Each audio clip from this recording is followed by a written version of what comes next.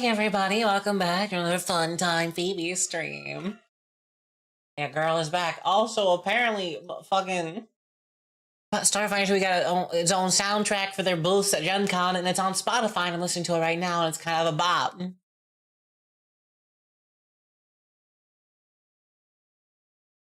My headpad didn't work. Give me a second.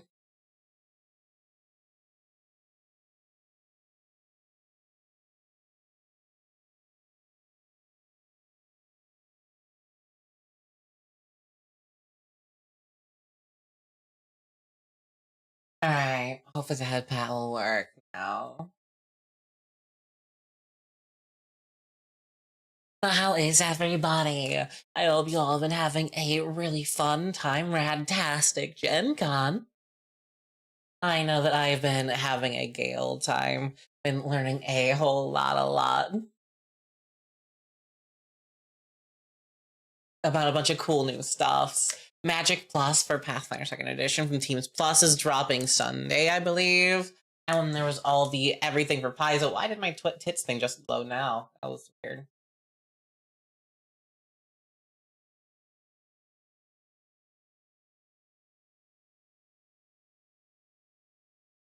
Thank you for that, Pat. But yeah, no, there's so much cool stuff. Also, out of nowhere, heckin' Paizo decided to be a bunch of cool people and cool people and drop a little thing for Starfinder Society, which, as someone who doesn't play Starfinder Society, didn't really interest me that much, although it also contains some fun stuff. There's some backgrounds for if you participated in any of the Pathfinder playtest adventures, like Wheel of Monsters or Empires Devoured. Thank you so much for the follow, Alma Mirage. As well as 2 new Ancestries, or I shouldn't say new, these were brought over from Starfinder 1st Edition, but they're still just as amazing as they were back then. Also, you may notice the pinned comment at the top, and there is a Google Doc because tomorrow at 4 p.m. Eastern Standard Time, I will be interviewing Starfinder 2e developer Dustin Knight. And so if you have any questions about Starfinder 2e and like the core rules or anything like that, or the design and development process that went into it and why certain things are the way they are, ask them in there. Might be able to answer them tomorrow. Yeah, it's you. I was struck by divine inspiration, making a Vesk soldier commander the moment I got into the game. I would volunteer. That's fair. And speaking of game, did you guys see the regular Starfinder 2e CRPG? Like an actual video game where you use the 3-action economy and play the actual game. And most importantly, for all of you out there who are wondering, yes, it has the romance tab, like tag thingy, so it's gonna be fire. And I'm excited because the art for it looks heckin' rad as shit.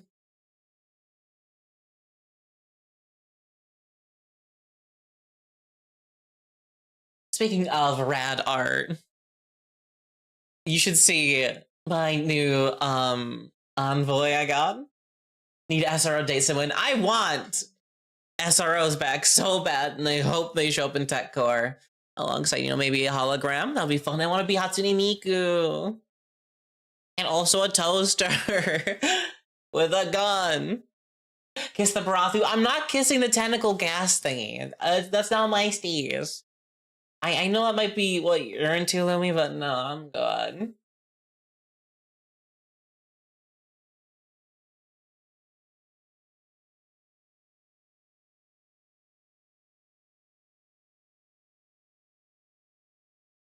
Man, oh, you shall see my fucking brand new Starfinder 2e Lashunta Space Pirate operative that I have.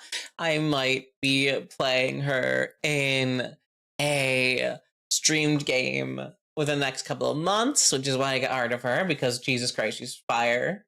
I don't have any name for her yet. But here she is. She's edgy as fuck. She's full of delicious trauma. She's also really hot, so there's that for you all. Hey, Arcadia, I'm doing great.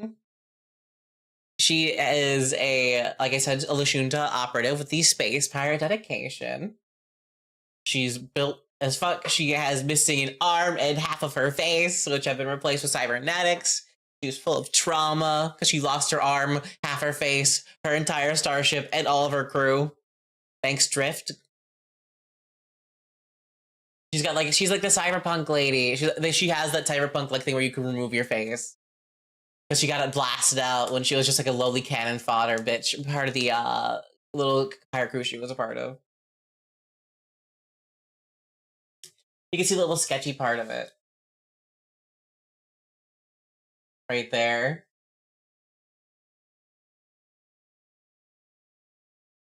She doesn't have much going on there.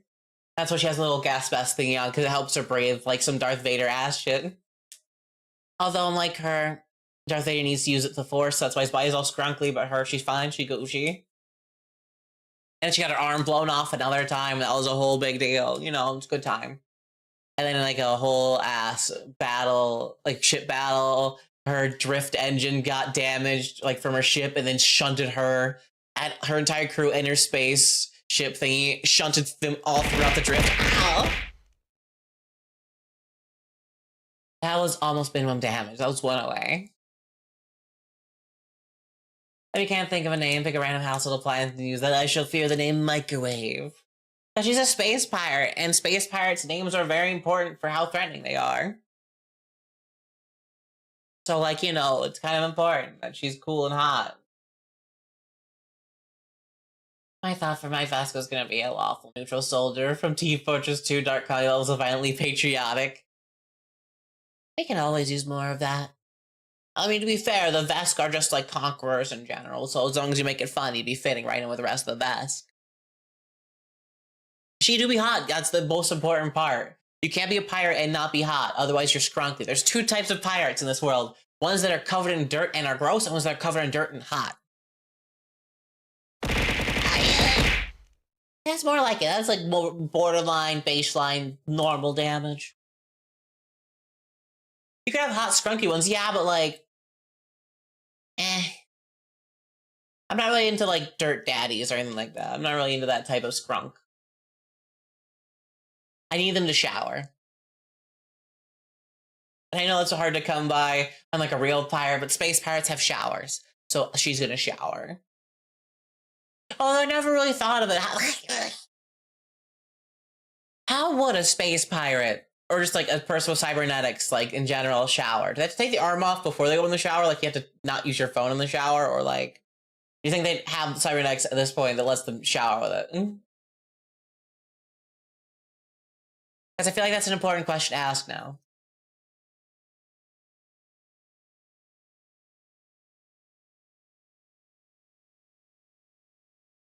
Anyways, I'm rambling again.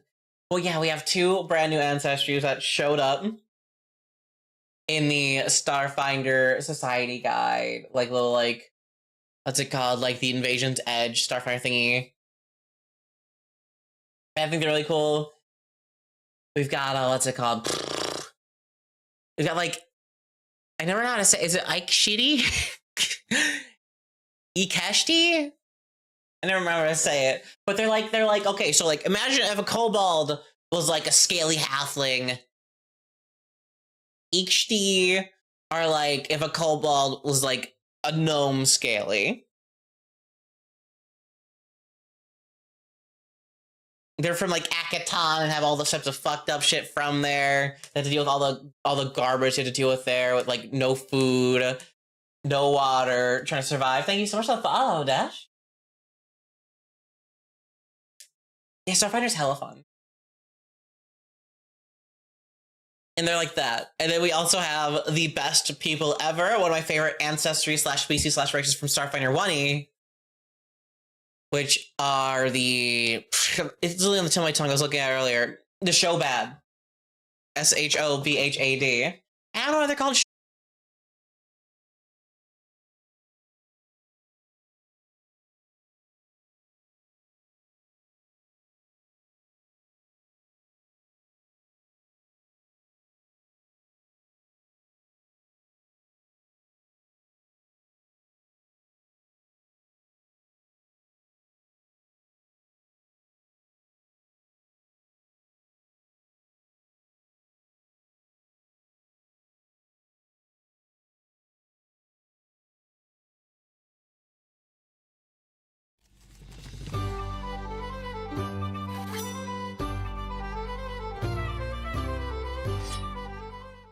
Alright.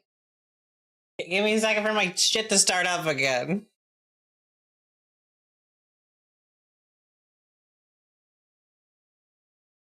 But, hey everybody.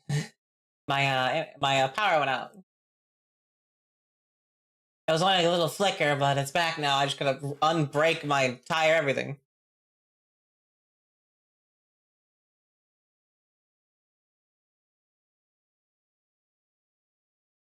Okay, what was the last thing you guys heard from me?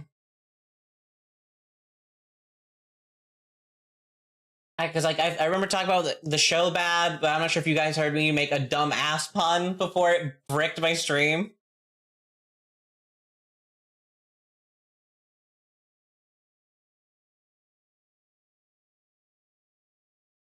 Racial. Yeah, I'm trying to get my iPhone to connect to my thingy again. I think I might need to restart my for that. Where? Off. On. Let's go. What? The pun killer stream, yeah, goes like, God, why they called show bad? Because they're show good, and then the power flickered. God was afraid of me being funny. But it's okay now because we're back. We're better than some whatever. Question mark. I'll get my VTuber rig running in just a second. I gotta reconnect the iPhone to it all.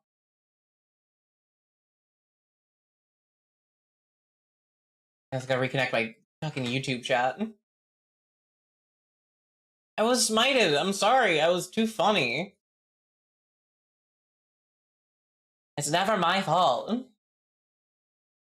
But alright, should be getting up. No. Oh, Nick. Please. Please.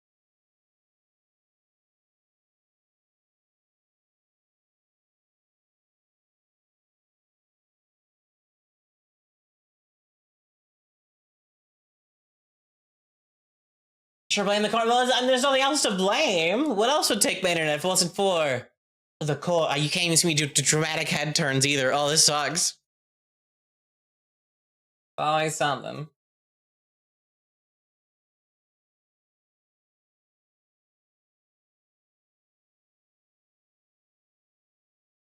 Where is it? Connect, dude. Ugh, come on. Be good. Let me try that again. Sorry for the scuff. Literally every single one of my streams has some scuff in it, and it's awful. And I hate everything, but it's okay because I'm hot, so it's okay.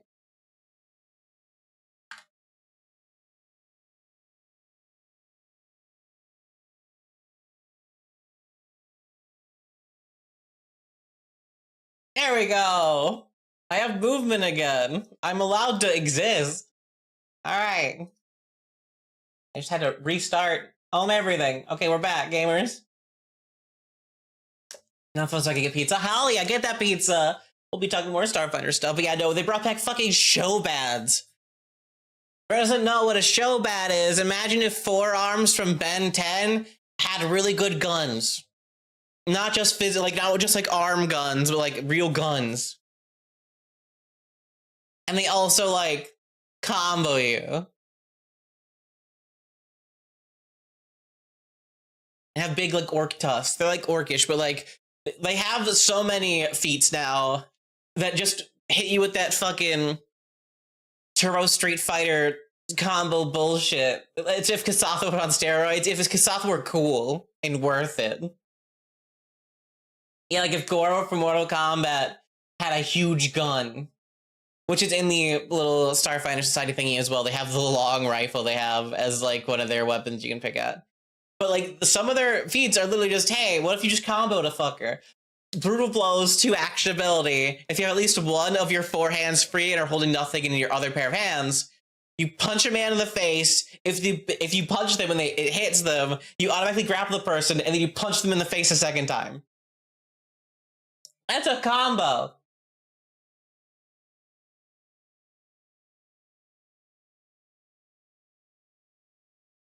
I even thought that was hella cool. The show bad special is like a 3 action 70 level feat. Or if you have at least one hand free and are wielding a two-handed ranged weapon that doesn't have the area trait and you're an active hand, they didn't say anything about auto traits, so go for it.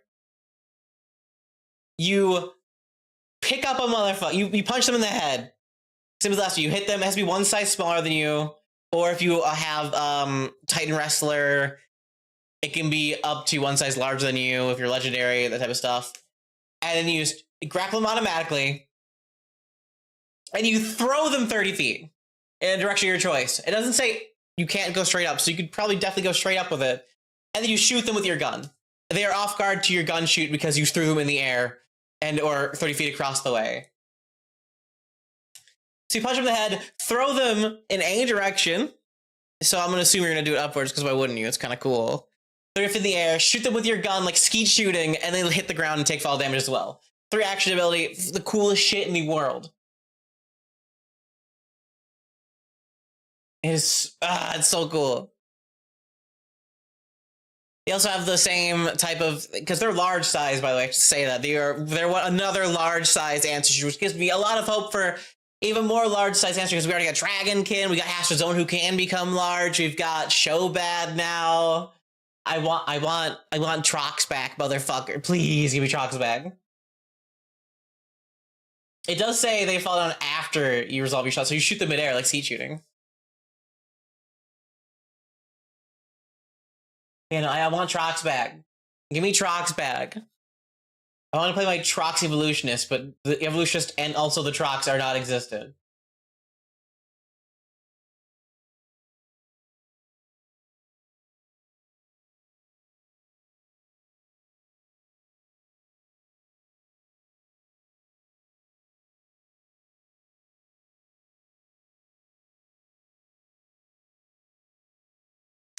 But I'm excited nonetheless.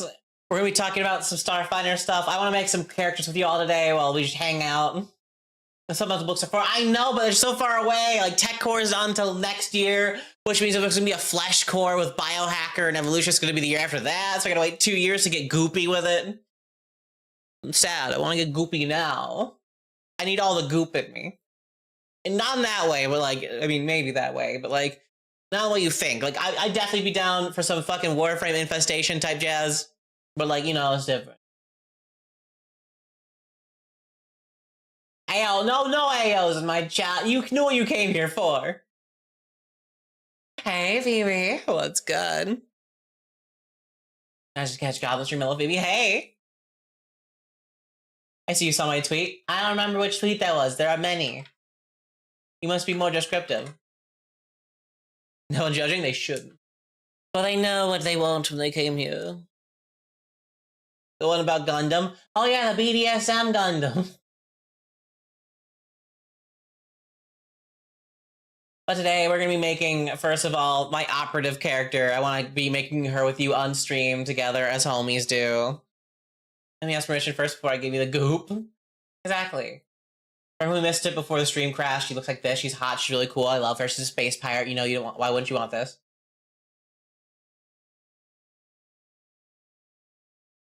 I don't know if we're doing, like, what's it called? Free archetype yet. That's still to be decided. Yeah, no, Amuro can't jork it to anything that's not BDSM, apparently. It's been officially confirmed.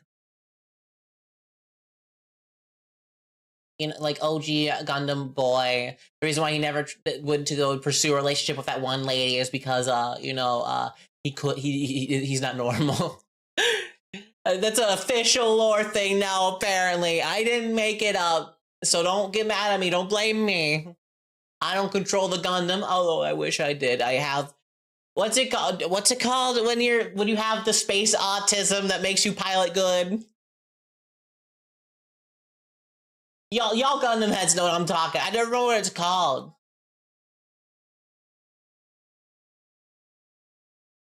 New type? Question mark? Yeah, new types. They got the space tism. That's just how it be. I have the tism, and honestly, I feel like if I was a pilot, I could also have the tism. Speaking of piloting mechs, Starfinder is getting its mech rules sooner than we thought. How else would you describe a new type other than having space autism, okay? There's born better pilots because they're able to hyperfixate and space shit. That's an autism. They've got the tism, okay? So do I. So it works. But yeah, mech rolls are coming to Starfinder quicker than we thought. They shall be coming around the same time that we have like around the same time we get starship rolls.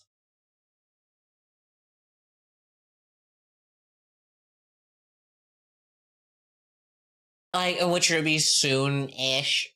I don't remember exactly where they're going to be, but like when we have full combat starship rules, mechs should be in the same book and or following quickly behind them.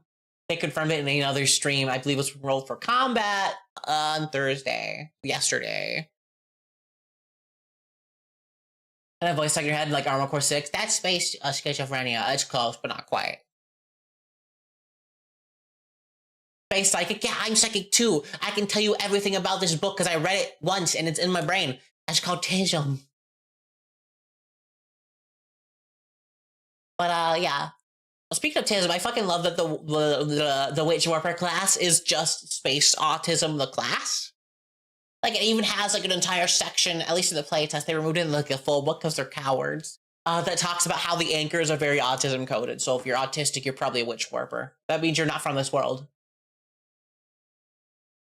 Starfinder, yes! They were in first edition, although they didn't come until towards the end of the Starfinder first edition. Sadly. But they should be coming here soon, shortly, because I believe the creative director is now Jenny Jarzabski, who was an amazing friend and awesome, cool person. We talked about stuff on stream last year for Starfinder 2E after the playtest stuff dropped. And she loves mechs and that type of stuff. And she also loves the Magic Girl stuff. It was also Starfinder 1E, so hopefully we'll see both of those real soon. And I'm excited for that. Because, like, who the hell doesn't like mechs? I love mechs. Lancer's my OG favorite mech tabletop game. Oh, there are a couple other ones. There's not really any that have cool Zord stuff. I remember one of my people that, like, community members was like, hey, is there any cool tabletop game that's a mech tabletop game, but you've morphed together to, like, a one big Megazord? I was like, I don't know. I don't think there's any of them. You're asking a very curious question at the time. I don't remember. What was that question? Ask me now. Every TV moving around, I want to punch like a football. That's mean. First of all, that's rude. Second of all, ow. Also rude. Why? And I want a henshin class like it's so in Megazord style. No. Because here's the thing. I don't want to be the one who has to control the left leg. Like, everyone's always like, hell yeah. Fucking, I love Megazord, but they always want to be the head. No. I'm the person to get the fucking dick, okay? I'm the person who would probably end up having to control the peanuts that doesn't even exist, probably. So I gotta be sitting there awkwardly, and it's gonna be a not fun time. So, like, I don't want a Megazord stuff, because I don't want to be the person who has right arm privileges. Like, imagine, like, yeah, I get to control how fast I get to hold the shield. Ah, great, my face. I got on shield duty today. And it's annoying. I don't want to, because everyone's like, oh yeah, I can be commander guy at the top. No. You're gonna be fucking just like chop liver. You get to be left leg guy. One of them guy whose mech becomes the bullet in the gun. That'd be really cool. But people are cowards. It wouldn't do that in a tabletop game. These are the perfect size to a shield or a buckler, perhaps, to be fair. No, I'm not. I'm like almost 4 feet tall, okay? I'm a tall goblin, okay? You have better spellcasting option this time around. Yes, it goes all the way up to 10th level casting, like Pathfinder 2nd Edition. They decided they wanted casters to feel like casters again, so don't worry. Although I'm kind of hoping that maybe we'll get a look at, like, the heavy armored spellcaster from that was going to be a part of Starfinder 1E, but didn't because they decided to work on 2E instead. So I'm wondering how that would work out with the new stuff. That it'll be, like, full casting probably still. It'll be, like, heavily armored and cool like that. That's probably not until way down the line because, heckin', you know, we still got to get Evolutionist and Biohacker back in Flesh Core. Piezo, I'm telling you, Flesh Core, even that Flesh Core and the core of the flesh. Tech Master's coming next year during Tech Core alongside the almost a Mechromancer. I've been playing Borderlands. Mechanic class. It had its playtest earlier this year, and also they literally just released a little like iconic encounters, little like fun time like thing to read about for the Technomancer just today on their Blue Sky. and also their Paizo blog stuff. No one wants to be the shield. They want to shoot the gun or use the sword. No one wants to be the, I have to fucking left leg. Left leg. I get to kick maybe once in a fight, but then I get knocked over and everyone's like, left leg, why didn't you brace on it? It's like, I'm sorry, I'm left leg guy. I've been left leg for 6 weeks in a row, bro. Why can't I be head guy for once? And say, but you didn't even know they had a secret group chat that didn't even have you in it that makes it so you're always left leg guy. It's a whole thing. I love mech stuff, and I'm so fucking excited to be in Starfinder 2E. Let me find that heckin' blog post thing they did for it. Or is it? There it is. If you want to read that iconic encounter for the Technomancer, it's right there in chat. And like, you know what's gonna be good? It's gonna be a good spellcaster no matter what, because it's probably gonna have 10th rank spells like we saw in the playtest. And like, one of the 9th rank spells is fucking Atomic Blast, where you split an atom with magic, which is already fucking cool. I'm already recommending Mystic to a friend for a Pathfinder game, and he loves the name of the ability group chat. No, it's peak. All of the feat names in this game are peak. Especially the operative ones, and like some of the ones for like tech cores, like playtest ones. Like Technomancer having an Alakablam where you put a used spell chip into your gun to shoot magical bullets. Or 360 no scope in the operative I will never not sing the praises of. It's just there's just so much fun stuff. And you know, fucking people were mad when the playtest dropped. People were mad that it had goofy funness in it. Like, people were mad when the playtest dropped. They're like, why are they having fun in their tabletop game? Why isn't it super edgy, serious, and like crusty? And it's like, why do you want it to not be fun? Yeah, really. People on the Reddit or whatever were like, man, why do they have 360 no scope and kill steal in my tabletop game where I play a floating gas blob with tentacles who drives a taxi? Like, what do you mean you don't like fun? Where's your whimsy? Bring it back.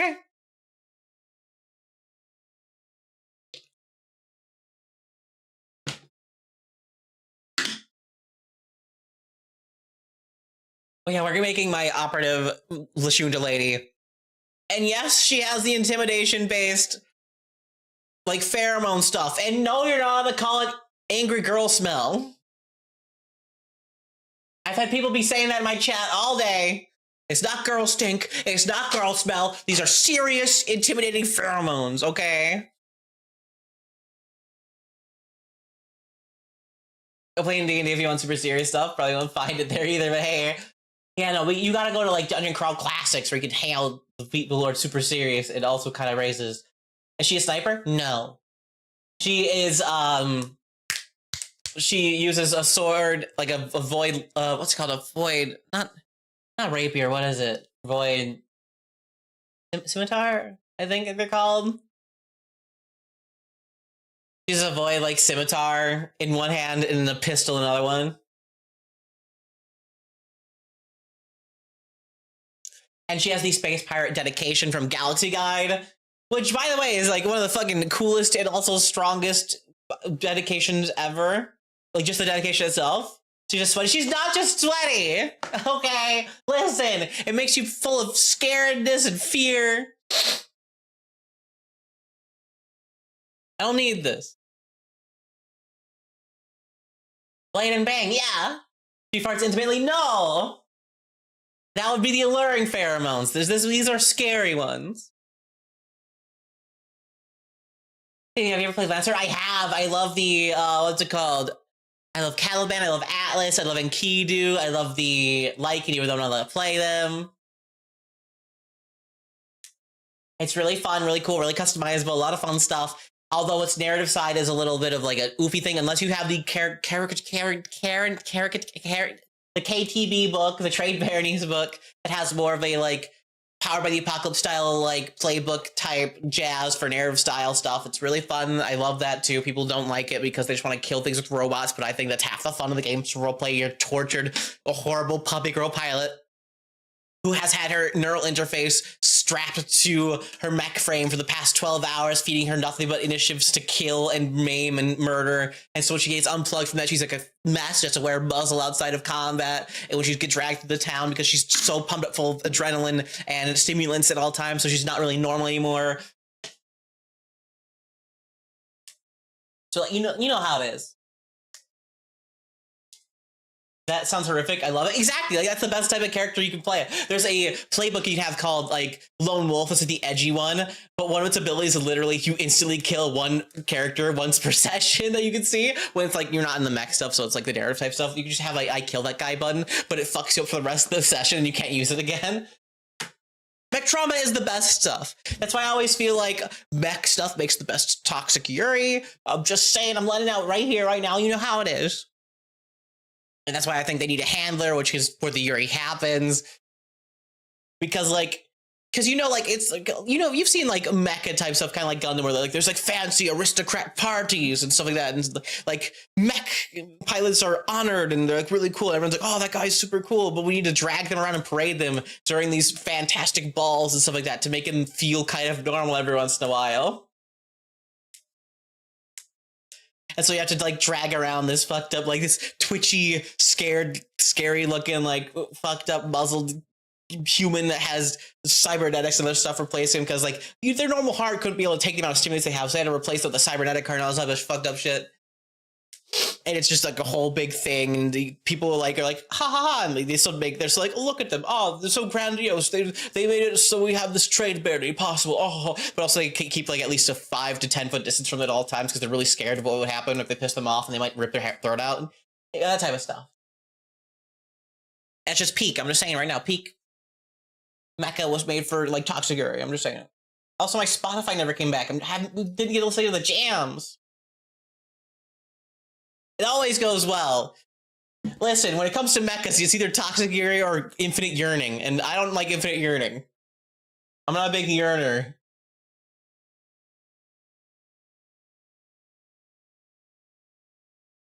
And these jams are apparently a cool like soundtrack made for Starfinder's booth at Gen Con, so we're gonna listen to all those jams. Think of the Hydrate.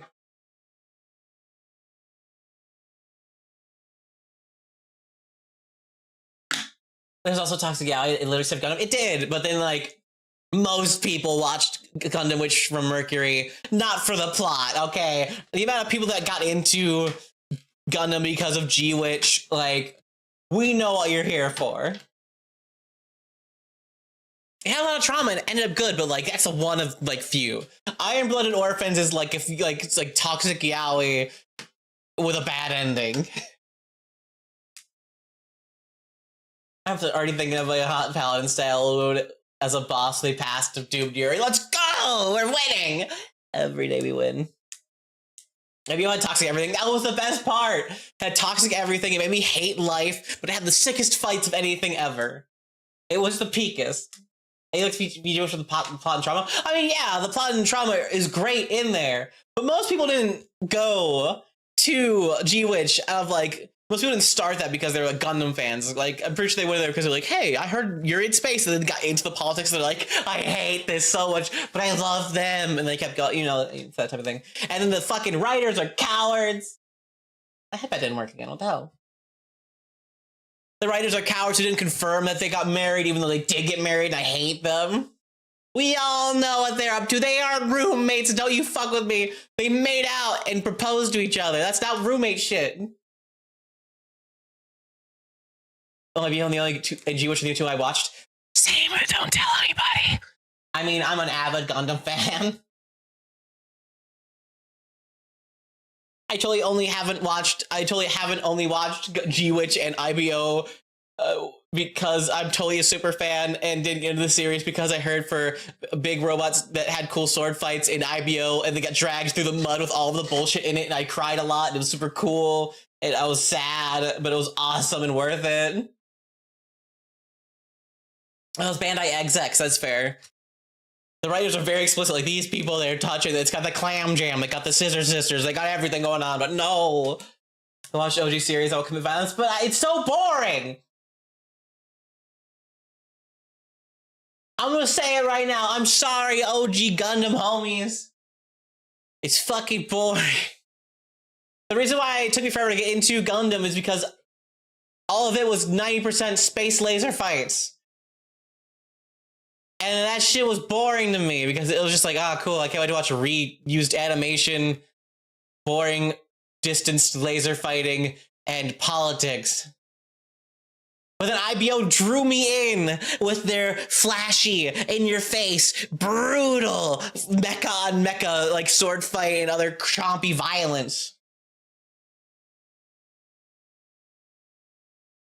And then it took me in and threw me through a ride through all the fucked up politics that made me hate life as a person for the rest of forever, okay?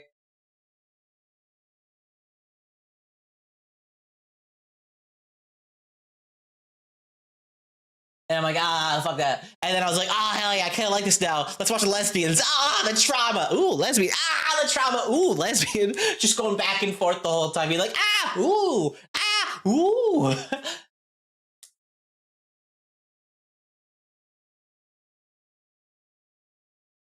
You know, the show shows all the Yuri. And then at the end, Bando was like, you could say they might be married. Maybe we're not going to confirm it. And we're like, shut up, cowards. We've seen them fuck.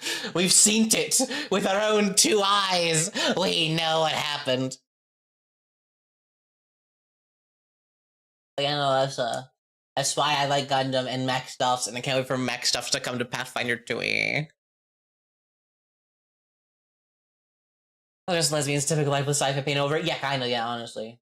You're like, oh, hell yeah, trauma and angst and, like, betrayal and, oh no, but actually she really did have feelings, but, and you're like, oh shit, anyways, get in the pilot, we need to kill these terrorists. You're like, what?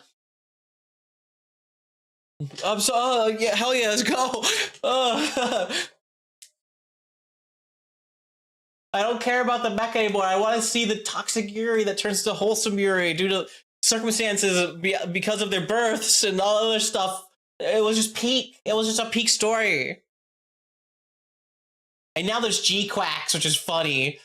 Because I hate the name. I can't spell it because I was forget how many U's there are, but I know why it's spelled that way because it's a whole thing of programming language stuff and all that jazz, but like, it's how walk into a place and say, hey, you got any fucking G-Quacks model kits? How do I spell? How many U's is it? G-Q-U-U-X. How many U's is it? 1, 2, 3, 4, 6 U's. And I'll never forgive them for naming it that, even though I know I think that it's kind of clever and really fun, actually, but I don't know how to spell it out.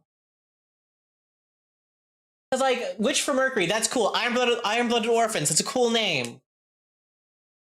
Unicorn, I guess that's neat.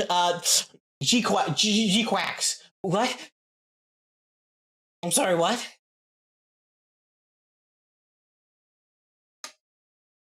Also, can we say that out of all the mechs ever in Gundam, I'm gonna get on a Gundam tie real quick, the coolest ones will always be Heavy Arms. Like the clown one of Heavy Arms, with the backflips. And then, like,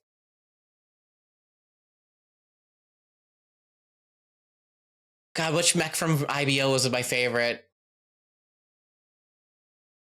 That shit slapped. I remember it had his dumbass name. Oh yeah, it's on my tongue.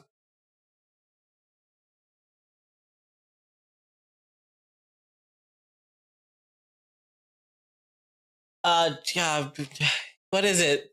Fusion Rebake Full City. I hate the name, but it has the Crumpy Clunch Claw, which is I will always appreciate. Also, I hate the name.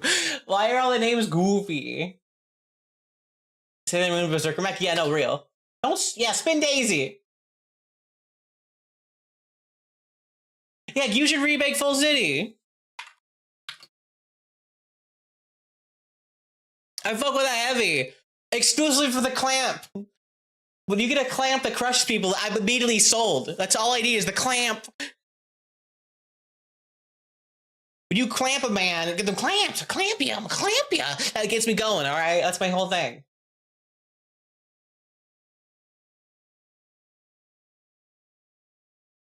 They told us at Candle Sasabi. I don't know, does Sasabi clamp and or do clown things? I'm here for, we're ball fans in this house. We love the clown version of Heavy Arms that does the flippies, and we love you should remake Full City because the name is dumb and the clamps are there. Exactly, I want to hug him to death. I want to hug an angsty prince that's kind of a cunt to death in front of all his people. After they fucking, what's it called, railgun me from space.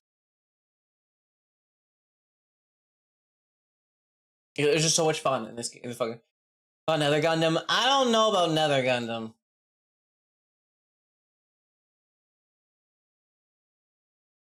Is that the one that's like, is that the dumb one that's like a fucking, is that the spinny one? Because I remember hearing someone talk about it before. We're doing squats. Ah, oh, damn it. I was hoping no one would notice I added that game. He's like, okay, I got to do 10. 1, 2, 3, 4, 5, 6, 7, 8, 9, 10. All right, you weirdos, you're welcome. Windmill Gundam. That I figured it was the spinny one. I don't even like OG Gundam. You can say it's better paced all you want, but like I don't care about politics stuffs. All right, I do that in real life all I want. I don't need to care about them dropping Australia on somebody. Gotta put that guy. I know that's why it's there. Keep me moving more during my streams because I don't move enough. I have a little what's it called, a little pedally thingy. It's kind of like a baby elliptical underneath my desk just so I keep my legs moving when I do stuff now. It's pretty great. It's poggers. It works when I'm playing video games and shit.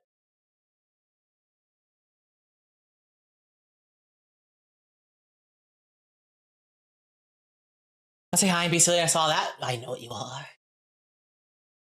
Yeah, let's move on to aliens. I forgot what this entire stream was about. I forgot to check actually. Is Hephaestus updated to like actually have all the character shit in it yet?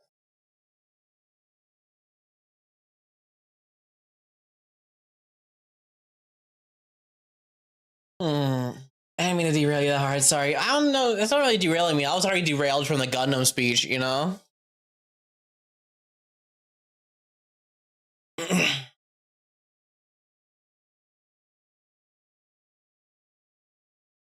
me just check something real quick. I just want to see if they have their stuff all up and done yet. I don't think it's been updated. I don't know if anyone's done a like a form fillable character sheet yet, so we're gonna have to freestyle this bitch.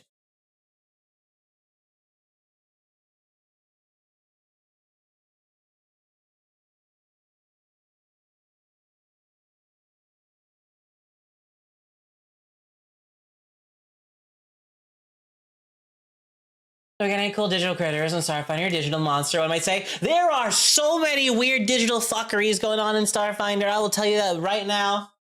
Okay, you know what a mitflit is?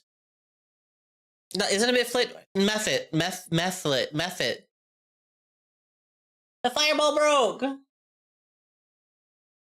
Where's my fireball?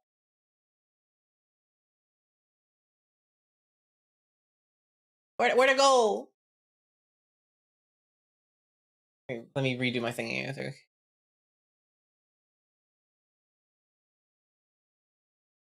Mephit. M-E-P-H-I-T. They're like little like elemental creatures, little weird grunglos, little scrunchy boys. They're called scamps now post remaster. I think I fixed the tits. But they have a computery glitch one that comes out of computers and fucks with like technology. They're little gross looking scrunklers. I love them. Like how I just asked you to thoughts on Lancer and that led to a rant about Yuri. Listen, I'm a streamer. You can't expect me to focus on anything. I got the ADHD brain. Are you ready for stream? Bye forever, Vivi. Don't die. That was a whole bear. Well, I'll be right back, and once I get back, we'll talk about my character thingy.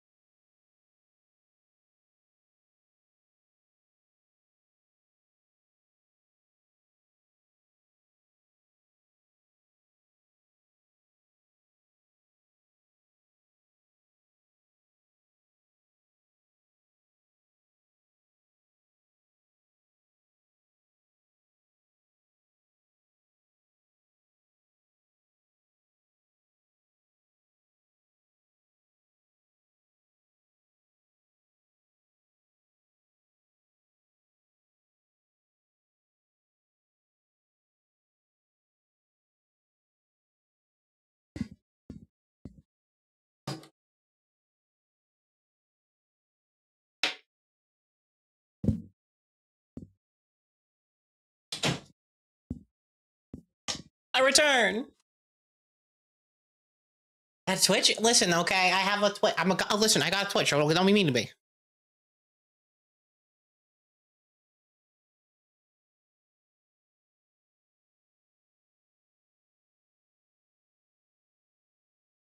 Yeah, bye forever, Cindy. I'm gonna move over to my little thingy so you can see what I see real quick.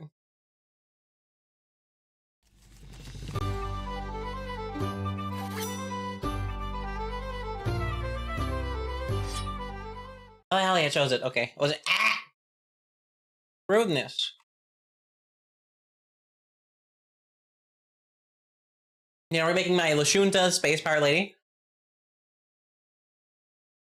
Sorry, I have Lashunta. These guys only have 6 HP, but it's okay because I love them. They have charisma 3, but they're sub race / heritage if you're not used to Pathfinder / Starfinder stuff. I'm not for sure what I should specify or not in my streams because I'm not sure if people are like full on Pathfinder nerds. People have only ever played Starfinder 1E and are interested in 2E or like anything like that. So I kind of want to talk about everything. Huh? But their sub races / heritages determine what type of boost they might have. So based on they get charisma and then a free one. But they have 3 different heritages. Demaya, Karasha, and then nothing. It's called Unbound, but it's like nothing. Demaya are the like huge nerd ones. They're taller, thinner, leaner. They're usually like politicians and like huge nerd stuffs. They get a bonus to intelligence and a flawed constitution because they're huge nerds. And then they're also trained in diplomacy and all that jazz. Karasha are the one that my girl is. These are the chonky ones. These are the ones that are more muscular, stockier. Get a strength boost. And also a flaw of wisdom, because all of my fucking characters have a flaw. Literally every one of my characters has a flaw of wisdom or intelligence. I like making herbos, okay? What can I say? I like making dumb bitches. They also get more HP overall, which is always great. And then, of course, if you want to be unbound, there's also the unbound ones. These ones are neither Karasha nor Demaya. These ones are like, I don't want to... I'm going to want to conform to one of the 2 pre-picked out things for me. I'm just going to not...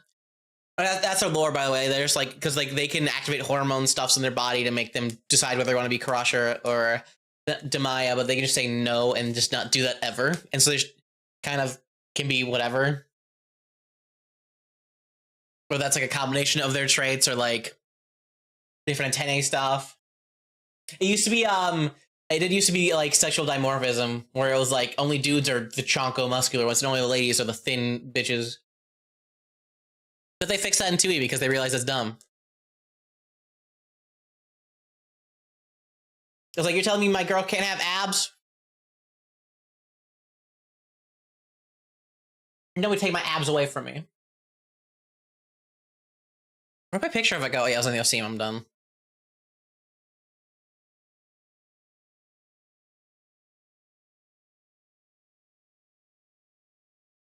Like, you're saying that you can't have her have abs because she's a lady? Fuck that. And they got rid of it.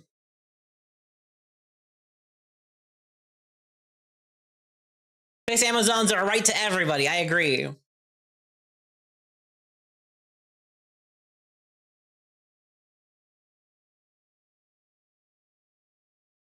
And other feats. Of course, level 1, we'll be taking commanding pheromones. These ones I was talking about. These let you be a spicy bitch, because they can do pheromone stuff similar to, if you ever played Deus Ex Human Revolution, there's a specific cybernetic augment you can get yourself.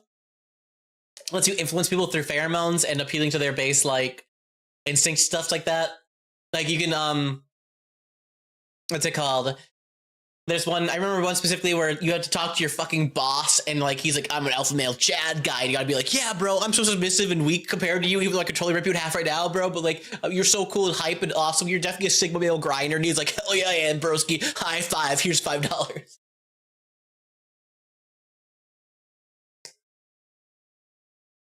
But like, you can do that, but just like, as a person. There's 2 of them. There's alluring pheromones, which is for diplomacy and making impressions and stuff like that. We're going for the commanding pheromones, which is more about intimidation. This one lets you, when you coerce a creature, if the target will become unfriendly to you. and they're already unfriendly to you, they just become indifferent instead. So like normally when you coerce somebody, their opinion on you goes down because they're terrified of you and you also committed a really mean thing to them. But like you're just so scary and you have the alpha male pheromones on you that they just say, all right, I'm sorry, broski, I don't feel anything bad about you right now. Actually, it might make me feel different things. I forget to Deus Ex for some reason. That's fair. I played it mainly as a stealth game. Like there's an entire once I saw there was an achievement line for beating the game without ever being seen ever, and like while killing people, I was like, bet. So I did the Dishonored thing and just beat it without ever getting seen or killed a man, which was really hard. Because there's one specific part in the game where if you don't have one specific type of like cybernetic thingy, you basically can't get it without being seen because they just all swarm you when you're on top of a place.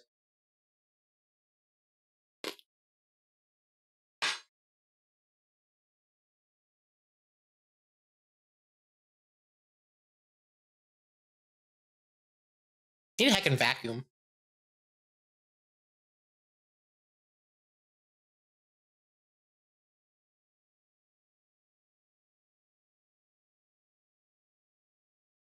Oh yeah, I forgot to say, while we're doing an interview thingy tomorrow with Dustin, there may or may not be giveaway stuffs. But I mean, there's going to be giveaway stuff. So if you guys want some free Starfinder swag, you might want to show up there tomorrow.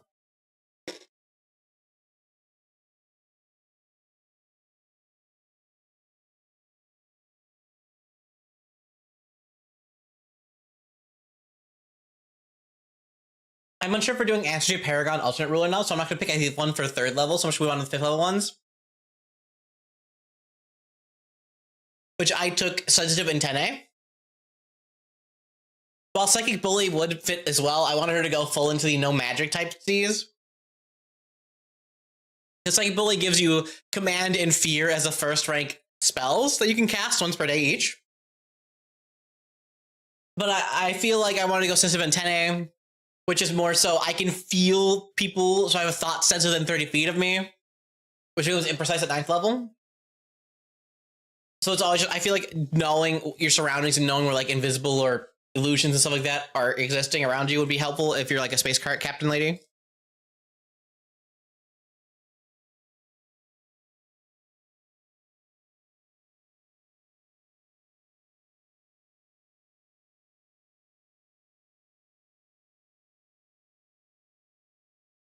And again, since I don't have this answer paragon, move our into the 9th level feeds,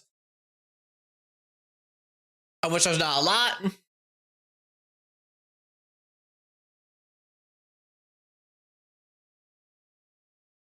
There's Guarded Thoughts, which is like, okay. Psychic Mastery only works if you took Psychic Talent at 1st level. One thing I don't like about Lashunta is a lot of them are based on their psychic stuff, and if you don't have any, you don't pick any 70th level feats, really, which is really annoying. They need one based. I think they need a pheromone 70 level feat because there's nothing here if you're not a caster. But I'm taking Guarded Thoughts because no fucking cop is going to use Zone of Truth on me to try to get me to rat out my homies. You know, I'm not going to fucking talk to a narc as a cool space pirate captain lady. So taking that one, it just makes it so attempts to read your mind and you read their thoughts makes it like they have a harder time with it, or they get information. And also, I don't have psychic mastery, such I get talent. Oh, the picture's still up on the stream. Damn, I forgot.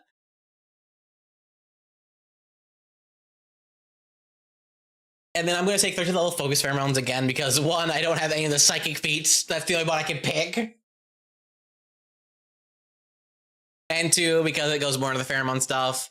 Once per hour, 1 action. If your next action is to Deception, create a diversion, diplomacy request, or intimidation check to demoralize, which I'm going to be doing a lot of the demoralization as a space pirate, I get to roll that skill check twice and use a better result. Pirate, evil murder pirate, or more loves freedom and rich people type pirate. Definitely more on the I'm going to kill you and take your shit pirate. I do it for the love of the game. We got that trauma.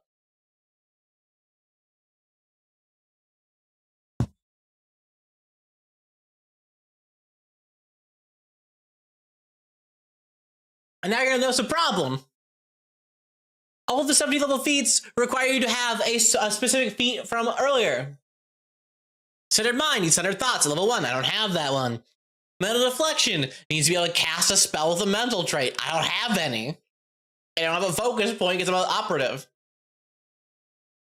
Level 17, Psychic Paragon needs Psychic Mastery. I don't have that one because I didn't take any spell stuffs. Because I want to be a full non-spellcasting operative. So I have nothing I can take at 70 level, so I gotta go down to one of the other fucking ones. And just pick one of them, which is annoying. And I'm so mad about that. I hate you. I don't really hate you, Paizo, but like, come on, what the fuck is up with that? I was saying, like, I'm pretty sure I just took telepathic conduit because it's the only one that is. Cause like, I would take alluring pheromones, but I don't care about diplomacy that much. I'd rather do the intimidation core stuff, and the rest is just spell casting things. So of course, telepathic conduit, more telepathy stuff. They can just talk to me back when I spook talk in their mind. Which please, Paizo. If you're making an ancestry guide like you did for like Pathfinder 1, can you give Lashunta one that doesn't require anything? That's all I ask of you.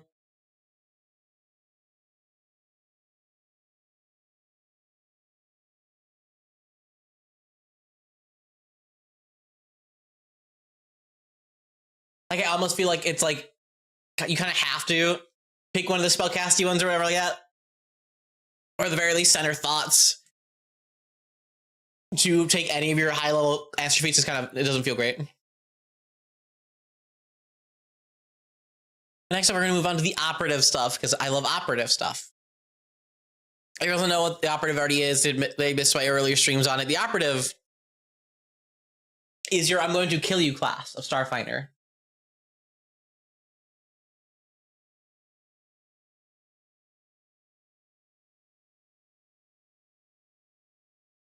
It is just, it has fighter weapon proficiency scaling, so we can do legendary later on.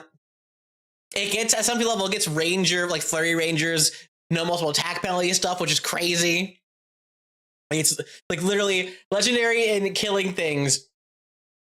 And also, no map is dumb. Or they're shit with your operative. I like them. Simple as. I know Vesk would also work. They have more intimidation defeating stuff, but I feel like Vesk angry kill thingy is too cliched for that. Also, they're covered in scales, and I feel like it's harder to show abs and things with, although the Vesk art for that one looks like a fucking... God, what's his name? Who? Spiky man who kills Superman. I can't remember his name. He wants to say Abomination, but that's the guy who fights Hulk.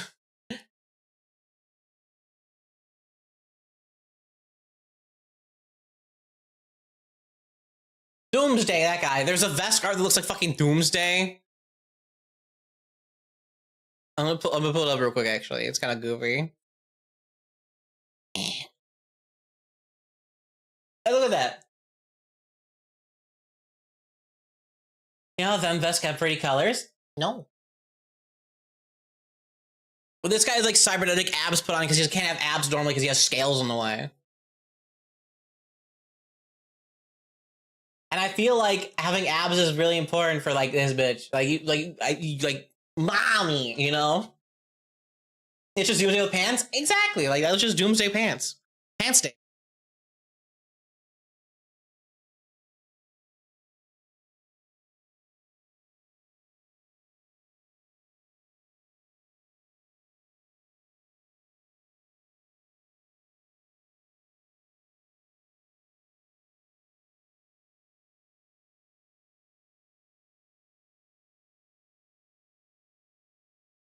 Oh yeah, I remember them being more buff on average. I didn't know they had cool colors.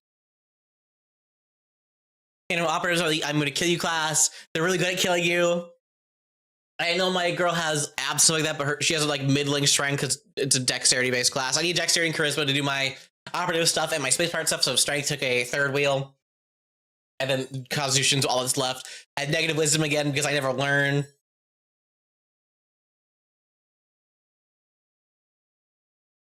On page 40 shows it off. Oh yeah.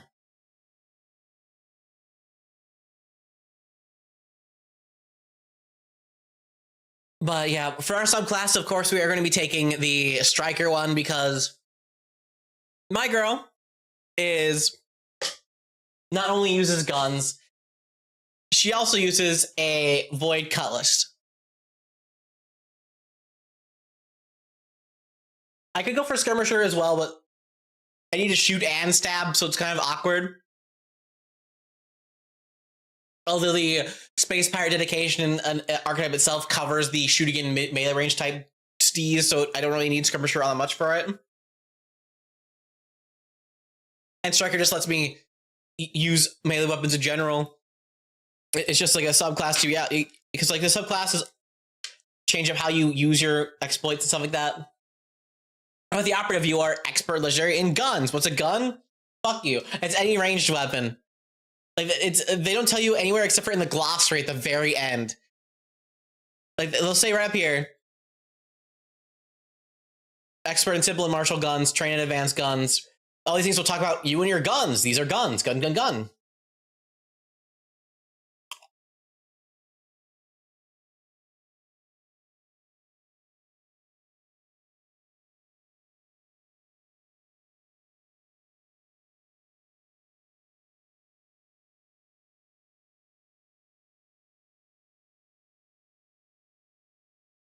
And you finally get to gun, and it's like any ranged weapon with analog or tech trait. You're like, oh.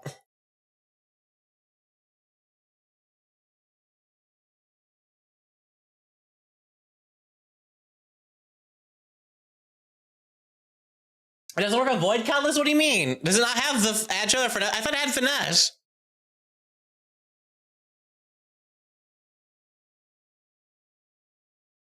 I could have sworn. I could have sworn it had finesse.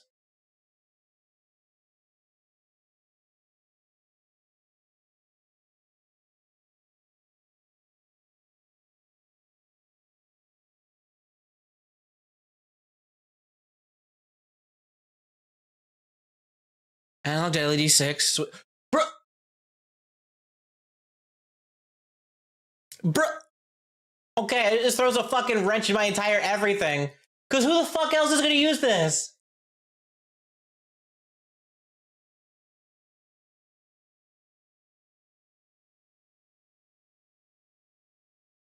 What other class does a space pirate fit?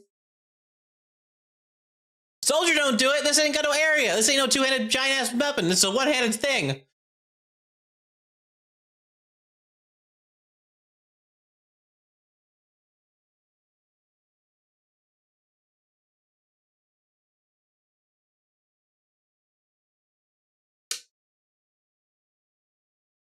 I know you're gonna think laser gun sometimes, but there's literally a subclass for using melee weapons and stuff. There's an entire archetype for using void cutlass, like a phase cutlass. You're gonna fucking tell me that I can't use it on the one class it'd be good for? Can't use it with a soldier. Solarian has their own weapons. Mechanic exists kind of, maybe, I guess. The three casters suck with anything melee. Envoy is mid. I fucking hate Envoy, though. They took away all the Envoy stuff and made the performance one worse. They use completely different classes. Originally in Starfinder 1E, they were just carbon copies almost of Pathfinder classes, and then they decided for 2E they're going to change it up how it works and stuff like that.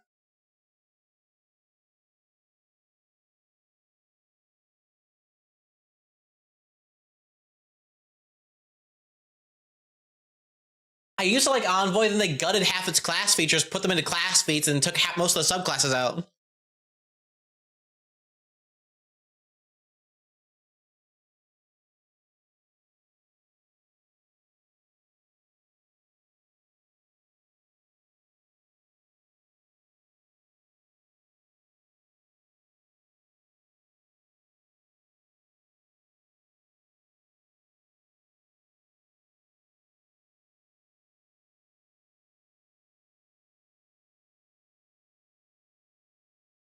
Yeah, Soldier's whole thing is, I am heavy weapons guy.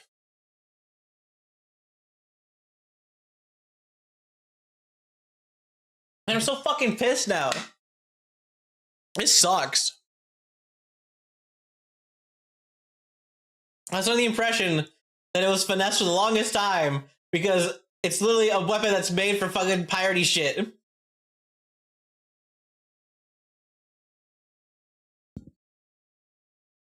Is it literally only Envoy's allowed to be a space pirate? What the fuck? This game sucks now. I hate Starfinder.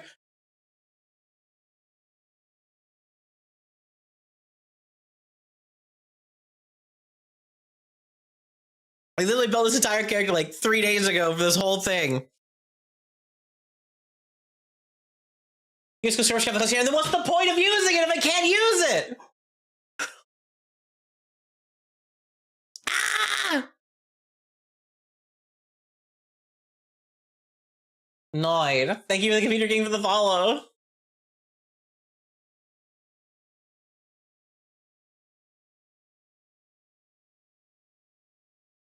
Can't use the nano rapier. You can't. The spacebar dedication requires you to use the phase cutlass and also a one-handed pistol.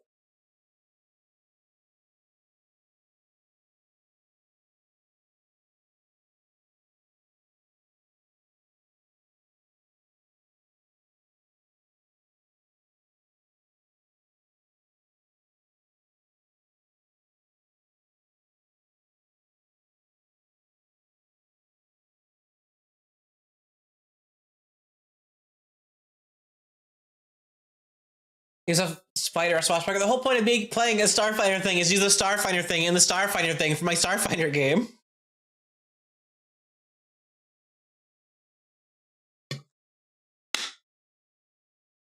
Fuck, I'm so annoyed.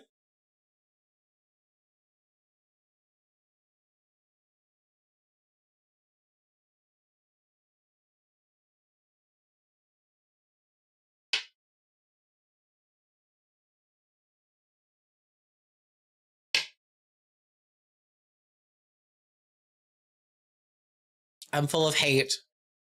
I'm full of so much hate in my heart.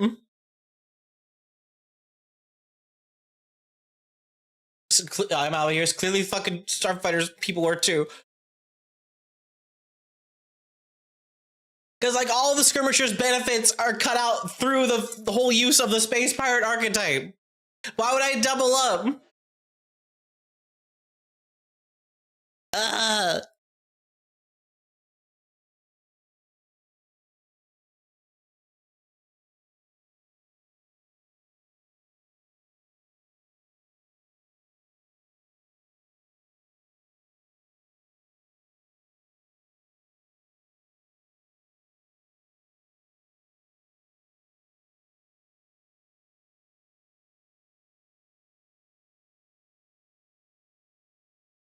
Like, I wouldn't be so mad if operatives fucking weapon expertise went up for anything that wasn't just the gun.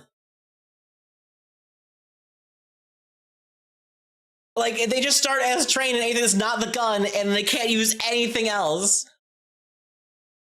It's the best damaging class. It's not OP as it was in 1E. Like, their civil martial armor attacks don't scale unless you take skirmisher.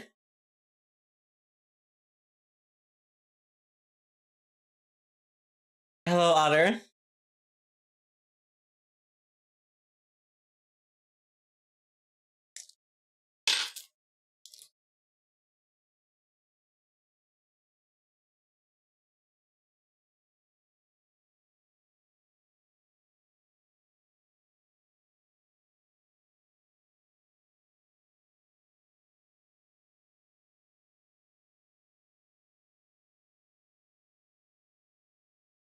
Space Pirates and Galaxy Guide.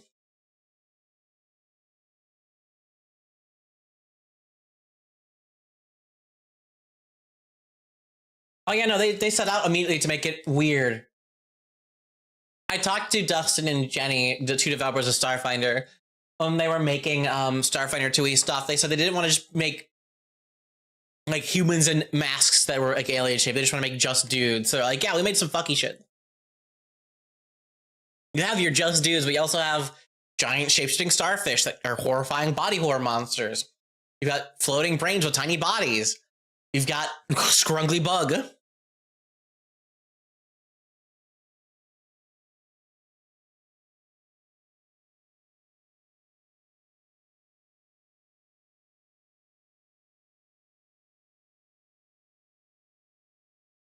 I love the block blind deaf and or blind deaf scrunky dogs.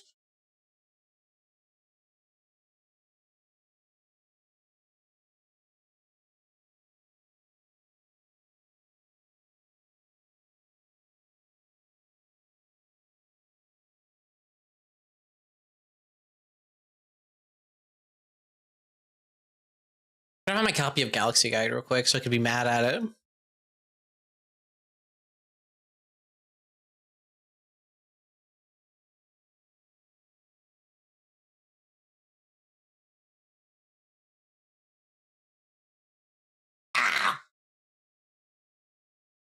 There do be some classes gaps for melee classes. Yeah, no shit.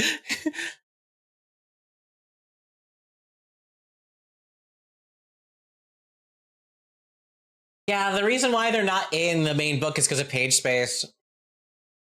They talked about them, they're most likely going to be coming back in the future. They just don't know which book it's going to be coming out in because of page space requirements for all the books, which is really annoying, but understandable.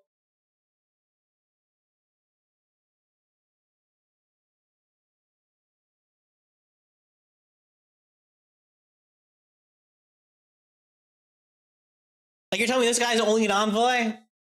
Considering you have melee or they only range. So there's an entire subclass about in the class feat section, like a feat tree, all about using what's it called? All about using two-handed melee weapons and turning them into an area weapon because of how big you swing them around.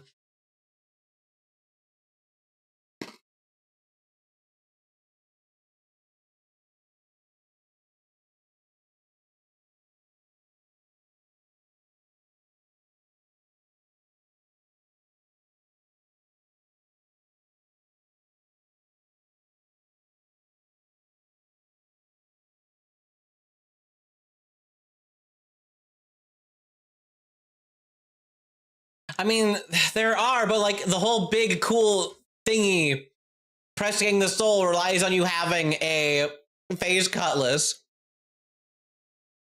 Like, there's the nano edge rapier, which is neat, but like, fuck, dude, I don't care.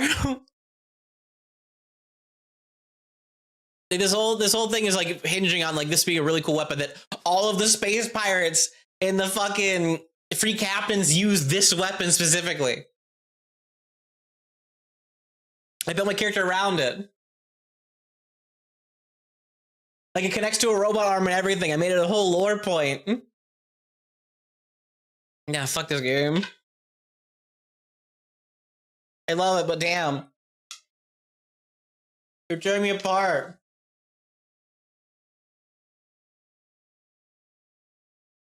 So I literally have to be in athletics. Fucking.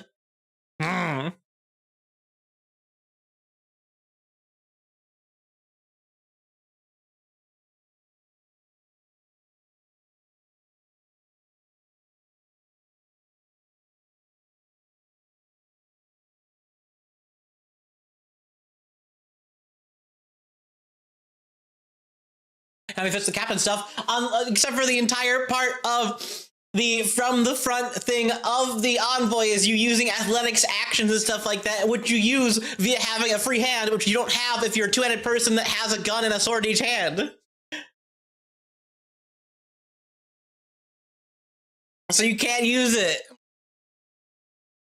I either don't use my subclass or I don't use the fucking... Ah!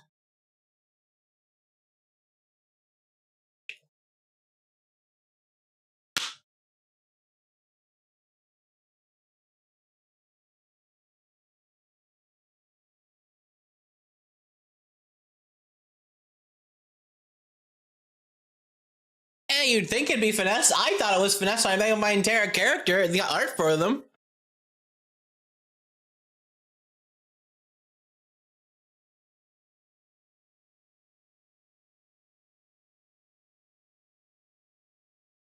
Like, it lets you stab, but it has a lot of stuff for using athletic stuff.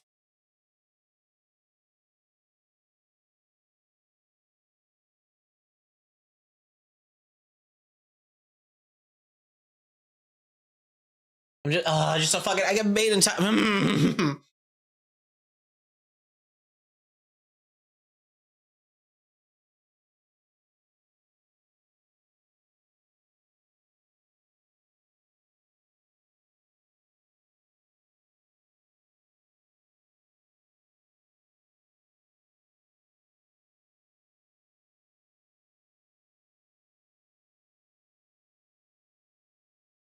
Like, there's literally like what?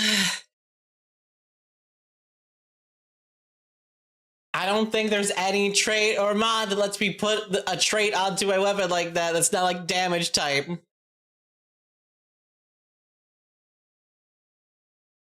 Because like the whole press getting the soul thing is a really cool thing where your void cutlass, because it's like your not void cutlass. I keep saying void cutlass because it involves void stuff.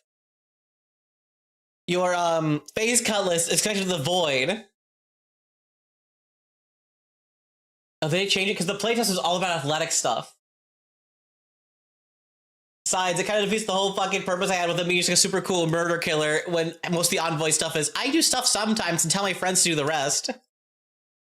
Which I know would fit the captain, but she no longer has her crew and she's depressed and fucked up and full of trauma. It doesn't fit her character anymore.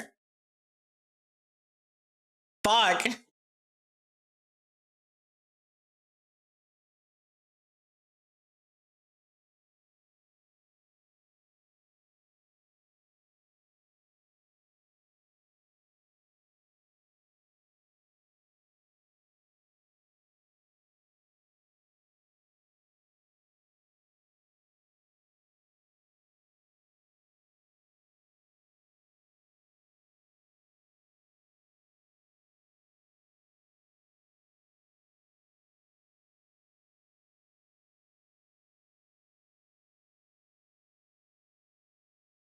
Ah! I'm so bad. My entire character was ruined in one sentence.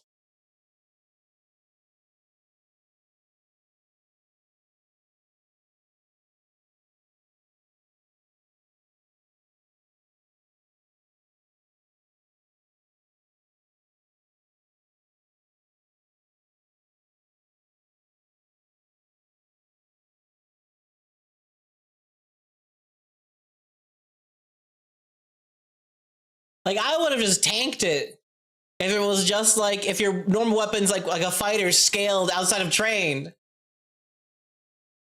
Ugh. Everything's ruined. Everything sucks.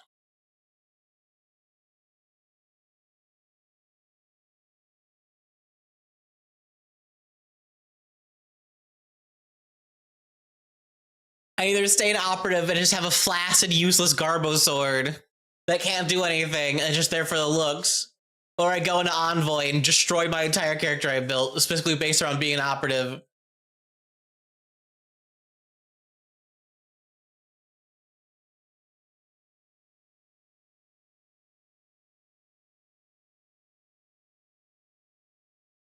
Operative can go melee, but only if it's an agile or a finesse weapon, which is the whole thing we've been talking about. Because the phase cutlass is neither of those things.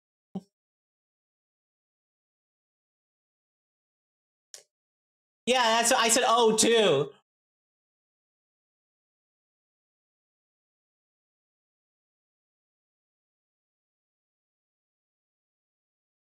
What the fuck? I'm not using.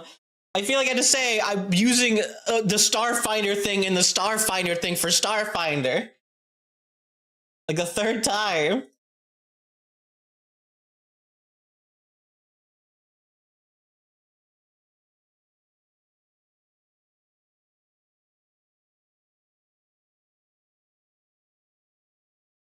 I give up.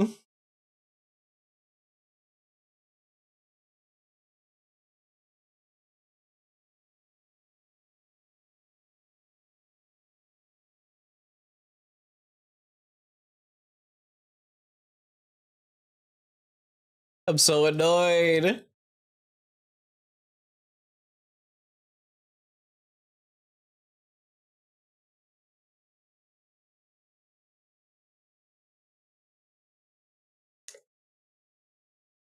It really is, like, Envoy is literally the only class that works with the Space Pirate dedication.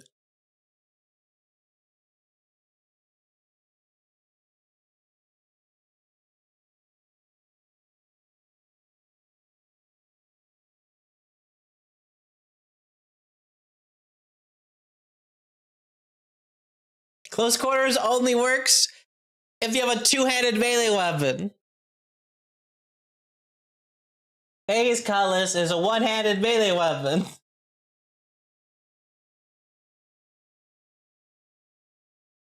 Whirling Swipe, two-handed melee weapon. It's all two-handed melee weapon stuff. Unit of Strike. It works with anything, you know? It literally is just the Envoy's the only class that can use this archetype. Why not just make it a fucking class archetype? Yeah, that is just AOO, but like I'm saying, like usually it's mostly going to be used by. That's what I'm saying. Why isn't it finesse? It's literally a sword made of the void. I don't know. Ugh.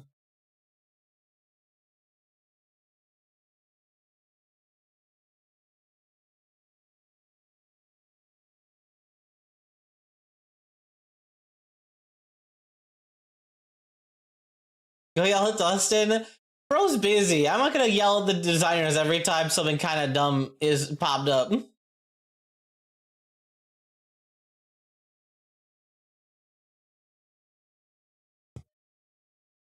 Yeah, but they can't use the fucking Phase Cutlass good. They have shitty caster, like, weapon efficiency scaling. And you need an entire feat just to get melee weapons. And it doesn't scale your shit.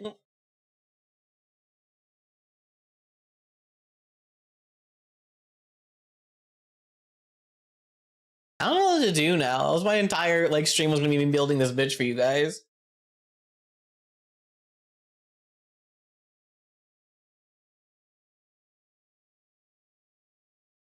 How are you supposed to get this archetype besides this one way? I don't know, dude. Like, this is just like the Pressing the Soul is exclusively an Envoy feat for the moment.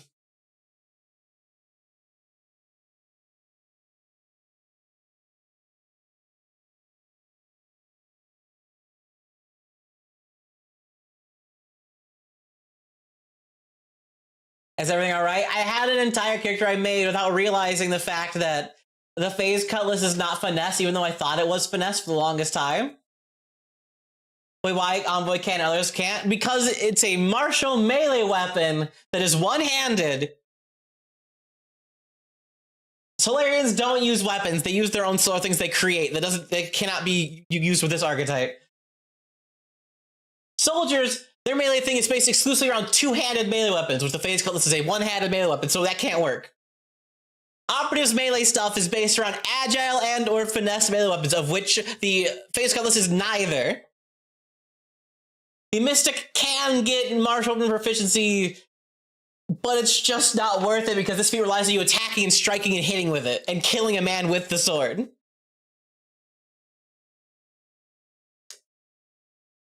Witchroper doesn't really have anything melee in it. So that leaves Envoy. Specifically, you have one subclass in Envoy, the to the front one, which lets you use martial weapons.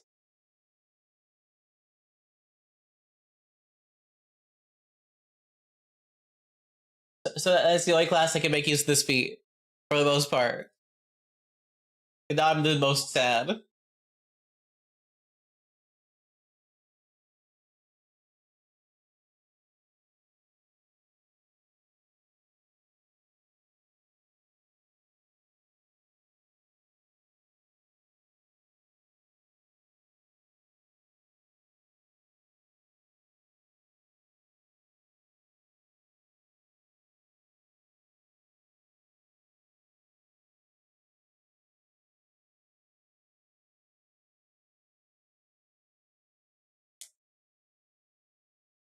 This part does make a civil weapon. It makes it a civil weapon, yeah. So you don't have to take that one feat on Mystic, but your fucking scaling still sucks because you don't get it until level 13, which goes from trained to expert. That's it. so you're not going to hit anything with it, in which this feat needs you to hit and then kill a man with the phase cutlass. The trigger specifically is on killing a man with the phase cutlass. Well, the Slayer can manifest a melee weapon. It is not any melee weapon, it's a specific one they create. It doesn't have the traits nor is it the name or anything of any other type of melee weapon. It is just one you create and looks however you want it to be, but it functions entirely separately. It is not a phase cutlass, it is a solar weapon you made to look like a phase cutlass.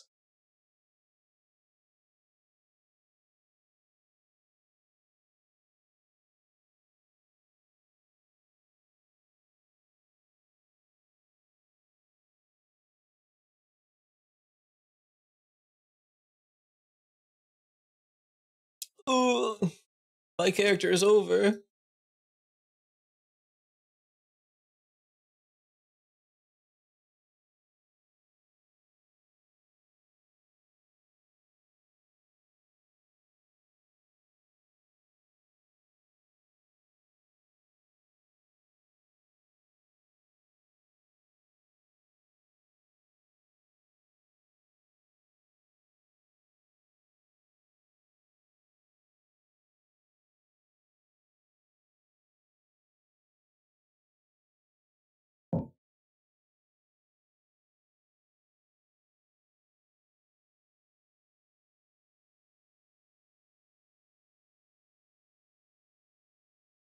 I mean, it makes the systems way boring, though. I just make them a rogue, and there you go. But you don't get any of the cool parkour stuff. You don't get any of the other cool stuff. Like, for the build, it was literally just me picking Striker at, like, as the subclass. First level class feat was mobile aim, so I could run up to people and then stab them and aim as one action, then stab them, because movement's very important if you're going to be a melee type striker type character. Second level was going to be spacebar dedication, which is really great. It's honestly one of the most busted dedications ever. Literally, you trait phase cutlasses, rapiers, flails, and other weapons with raising traits as train instead of simple instead of martial weapons. You get the crit specialization, and on top of all that, you get a free action roll initiative to just automatically demoralize every enemy you see within 60 feet of you. And there's a flag, the flag shows up for 1 minute, and in that 1 minute, you get a bonus to all intimidation checks to coerce as well. It's like 4 feats into 1 feat, and that shit's nuts. I like fighting with it, yeah, because it's just operative, but it could use a sword and a gun.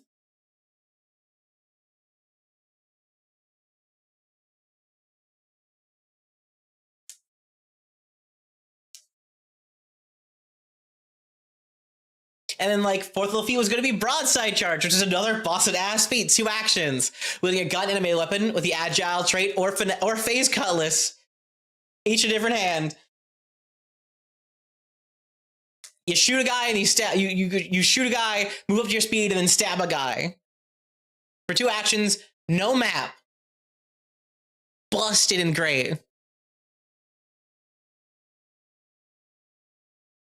6th level feat, I was actually to not take Pirate's Parry because it gives you a little bit of bonus to your AC, and if they crit fail, you get to make a range strike against them in melee range or whatever, which is fine. It's the same thing that Swashbuckler gets, but I didn't pick it because you're rarely going to make an enemy crit fail with that.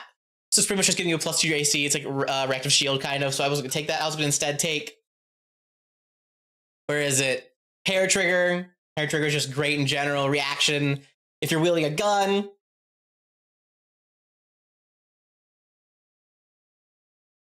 the last creature aimed at makes a ranged attack or leaves a square, use a manipulate action, you stab them or shoot them. Stab them if you have skirmisher, obviously. I love your copy. Thank you.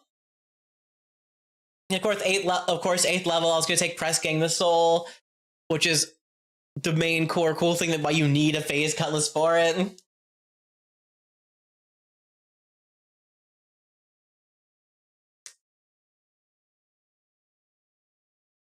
If you kill a man with your phase cutlass, you rip out some of their soul energy and put it into the sword, which lets you cast Wisp Ally as an innate spell at will, heightened the spell rank equal to half your level, so it auto scales with you, so it's really good. And you can have as many active Wisps in there as the number of enemies you've killed with your Void Cutlass. That's the thing, it makes you... And every time you kill a man with your face, like you strike a man with your Phase Cutlass, you automatically sustain the Wisp allies, so it's just really cool. It's a soul-stealing sword, yeah, it's really cool. I can't use it though, apparently.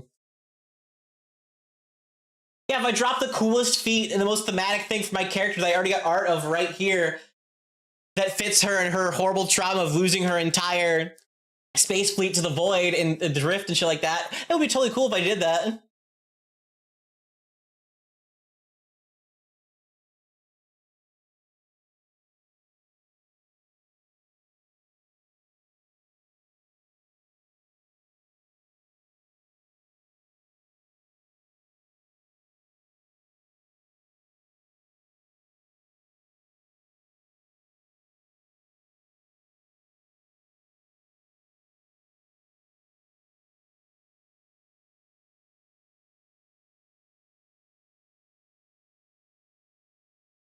I think yeah, I did. And at 10th level, I took the best I got as well for general feat. Ugh.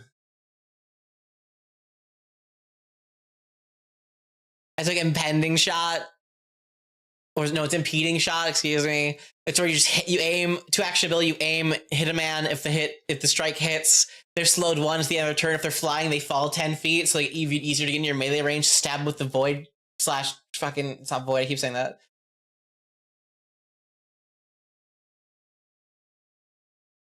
Hit them with the heckin' Phase Cutlass.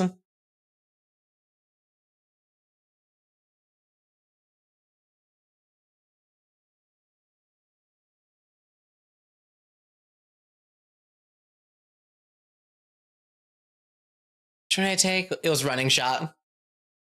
12 level feat, running shot, 2 action ability, aim and strike up to your speed, and they put to move. You can make a range strike with a gun you're wielding. But of course, you have striker. You could also just hit them with your sword.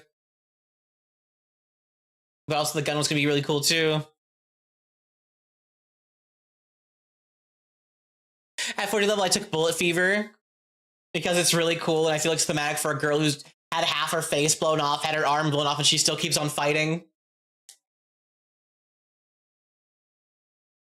It's a once per hour ability. If as a reaction, when you take damage, receive 0 HP, you instead of being knocked out, go down to 1 HP, get a bunch of temp HP for 1 minute, increase your wound value by 1 still, so it's still as if you went down, and you go into a fucking frenzy, lasts a whole minute, -1 your AC, -1 your will saves, automatically apply percentage damage to all targets as though you were aiming.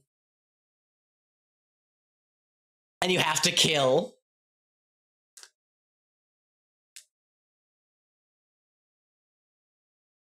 I feel bad. You know why you feel bad? You're not the one who made the game broke. I still love the game, but I'm just sad in my heart.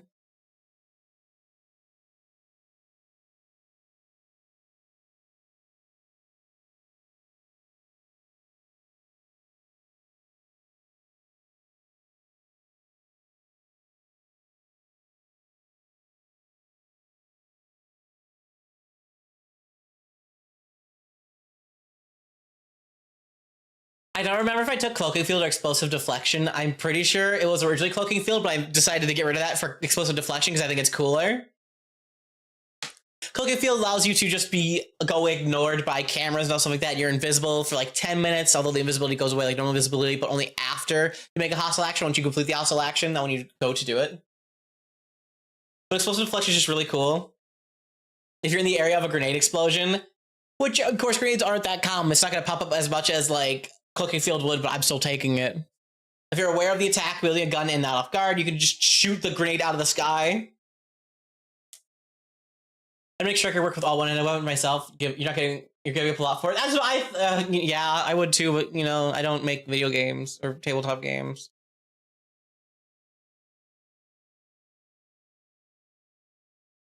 But it's just really cool. You can shoot the grenade midair, and if like you get a +1 bonus to your reflex saves, which you have high of because your main skill is your main class attribute is dexterity. And on top of that, you get really high scaling of your reflex saves. So you're probably going to extra succeed it. And if you succeed it, you can just shoot the grenade early and then choose an area where it explodes between you and the attacker.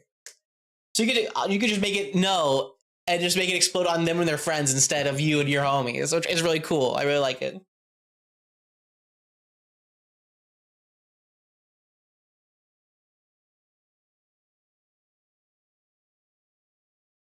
For 80 level, I took Kill Shot. It's if you're wielding a gun. Of course, the striker it works on a melee weapon. It's a 2-action or 3-action ability. You aim, then make a ranged strike against your target, or melee strike if you have striker.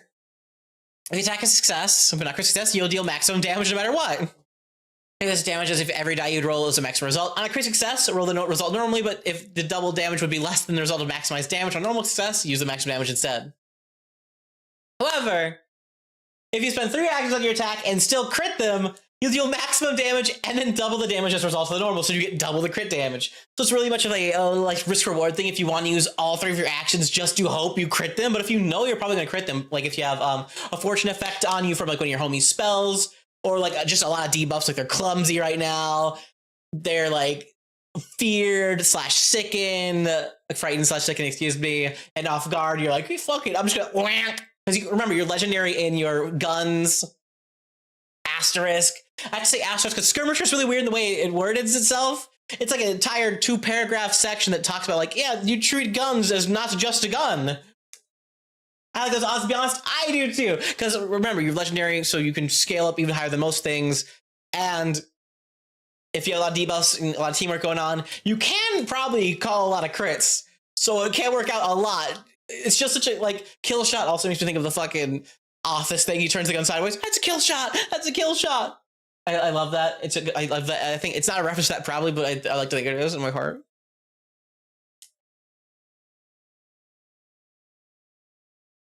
And then at level 20, I took Infinite Aim. Although I'm still debating if I want combat reflexes or not. Combat reflexes is the same as the fighter and guardian versions, where it's just, hey, you get an extra reaction during the turn of every enemy. You get like an extra one that you can only use for operative reactions, of which I only have one, which is why I didn't take it. I have the what's it called again? It's in my tongue. It's level 6. Hair trigger. This is a really good feat, and like it works with the operatives like thingy, but it's my only feat with it. But then again, I probably used a whole lot. But again, getting it quickened every single turn to aim for free is really strong too. So I'm still not sure which. It's 20th level. I'm never gonna reach that level anyways. But like at the same time, it's debating to me. Gives me ideas for my Patra operative. I love the Patra. They're really goofy and cool.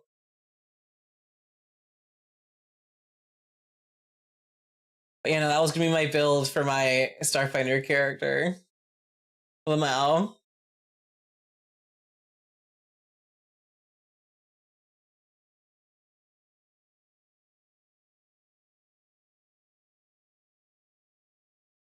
I'm still up in the air on whether combat reflexes, because the combat reflexes is more damage overall, like damage potential overall.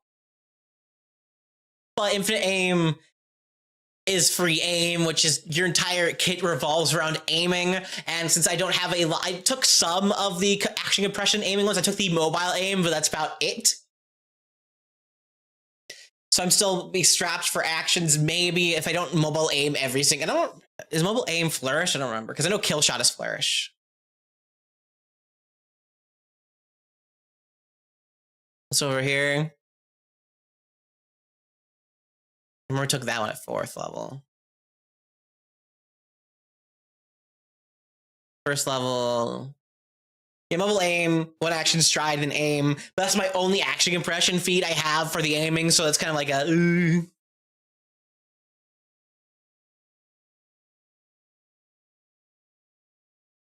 But I have broadside charge, which is more mobility as well.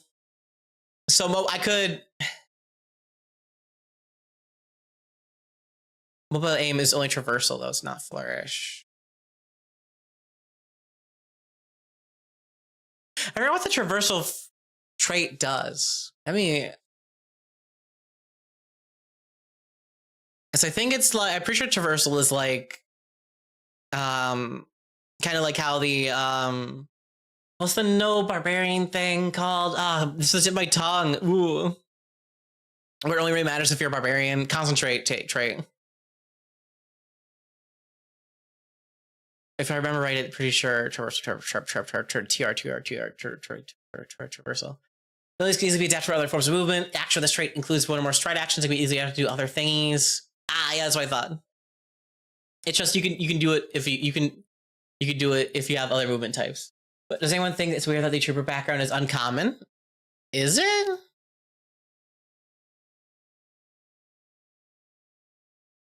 Also, we stand Prismeni. Not Prismeni, Prisma. Although I pretty sure he is a Prismeni. Trooper. Oh, it is.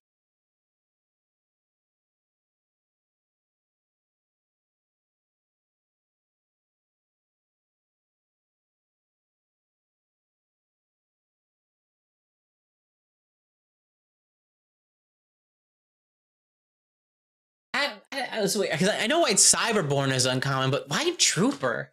I don't. There's wars going on right now.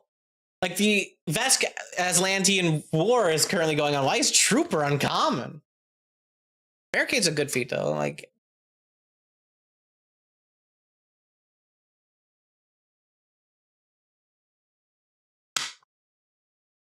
I might ask Dustin that tomorrow when we're on stream.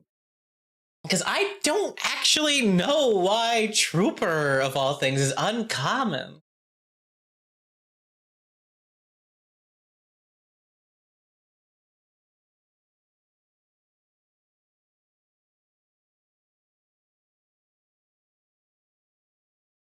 I mean, yeah, uncommon is just backstory stuffs.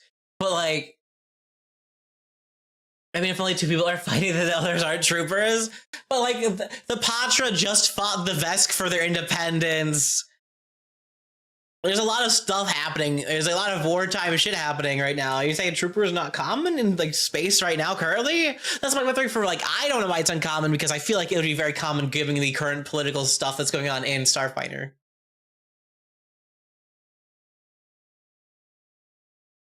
You don't get barricade unless you tell me why. I've been a good girl and I deserve barricade. Or I'll just play human. You want me to do that, huh? You want me to be another human and take that as my general feat at level 1, huh? Is that what you want? I'll do it. I'll do it. I'll be another human. I'll make the power games do lore. No! I just want to kill things in a cool way and not take damage.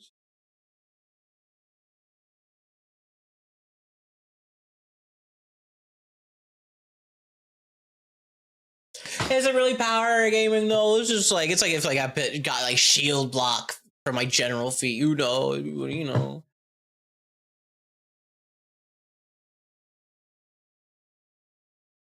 Is it the only one that gives you not a skill feat, question mark? Other than Cyberborn? Yeah, these both give you general feats. Is that why?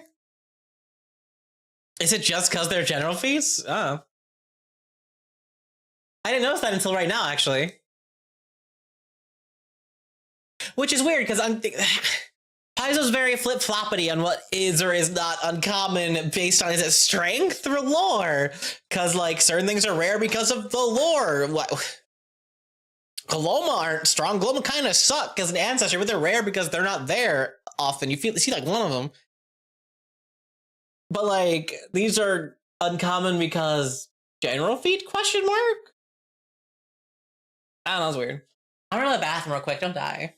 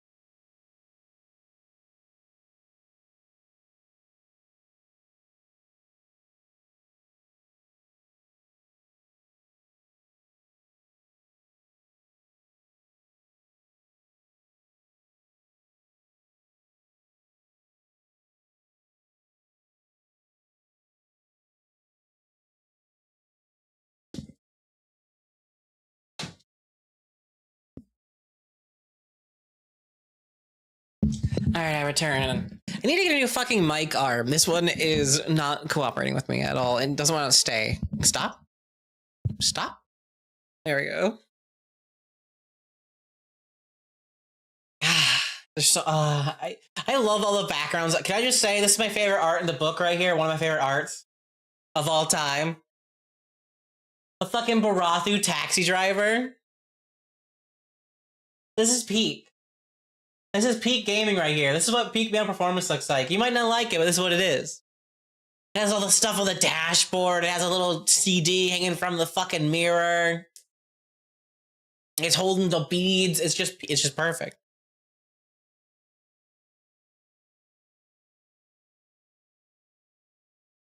Also, I really like all these. One of my favorite ones is definitely, where is it?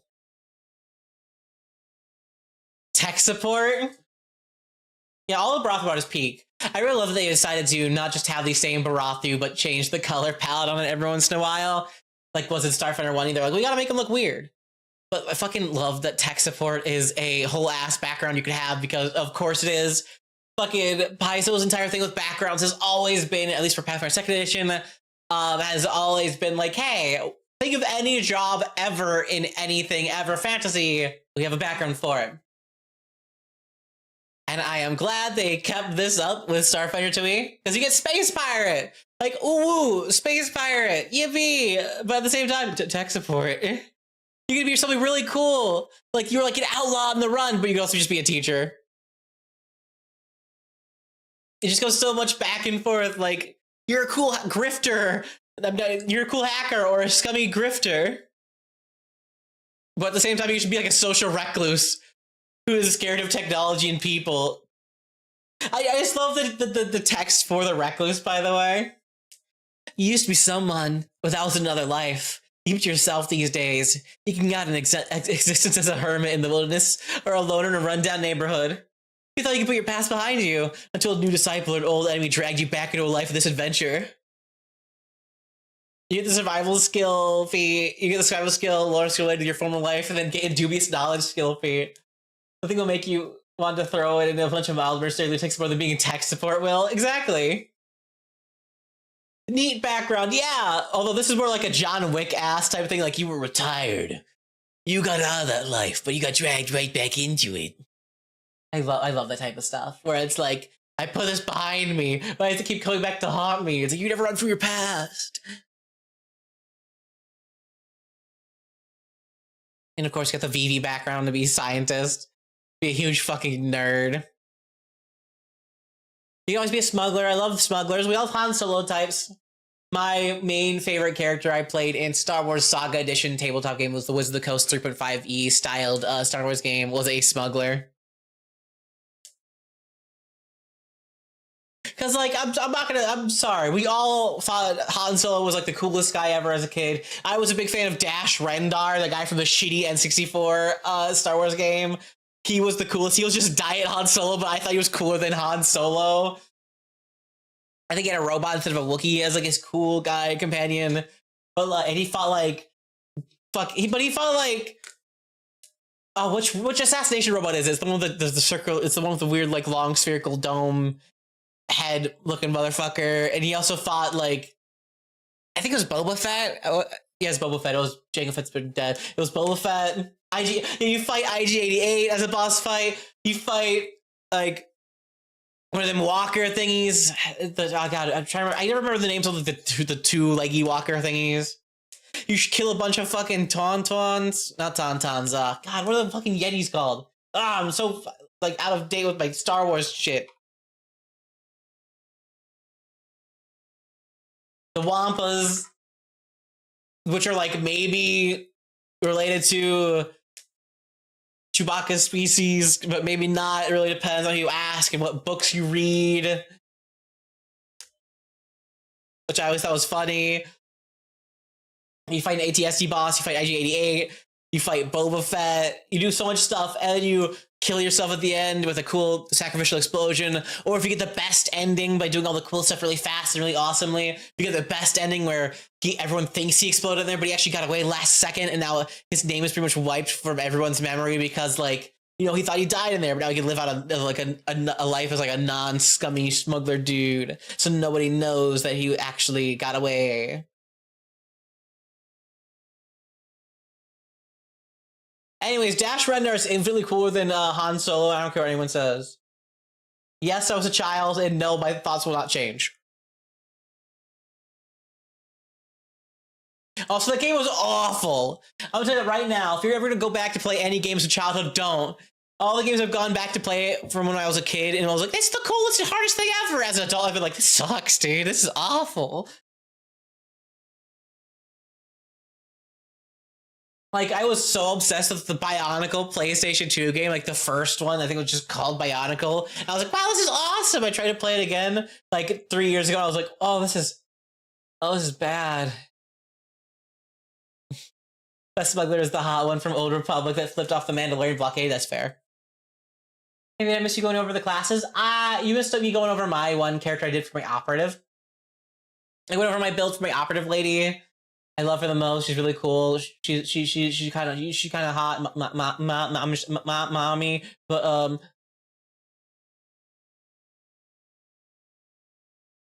I love Viz. Ages like milk. Yeah, a lot of my games from my childhood aged like milk.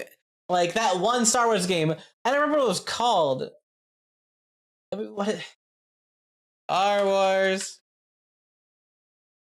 N64 game. Shadows of the Empire. I was like, wow! We didn't know any better. That was our, like, as a kid, that's all we knew. You making it unless a mommy space pirate thinks she's trying to tell us something. I don't know what you're talking about. That's just me, IRL. Not really, though. I'm waiting for my abs to come back, bro. I've been working on them hard. I should make an ab wheel redeem. I already have a squats redeem, but I should make like an ab wheel redeam because I don't like doing crunches. I don't like them. I don't like doing crunches or sit-ups. I'm not a big fan. I like leggy lifts. I like ab wheel is great. Ab wheel fucks you up. Like everyone I've ever showed my ab, like an ab wheel to. Oh, she is hot, Callie. Damn. Nobody believes me when I'm like an ab wheel will fuck you up. No one believes me because they'll like, because you don't really get it. You're like, it's just a wheel. You go like, it's whatever. But then you're like, yeah, try it, Dave. Try it, Dave. At work, get on the floor right now. Let's try it. And they'll get down on it, and they'll push it outwards. Like, this is nothing. And it's like, yeah, no, bring it back. And you're like, ah! You're like, yeah, now do 10 of those. Now do 3 sets of 10 right now. And they're like, oh, because it works your shoulders, it works your core, it works like your arms, it works everything all at once, and it's awful, and I love it. Gotta keep your back straight. You gotta do everything. You're like, yeah, great. It's a great workout. Trust me. Get an ab wheel.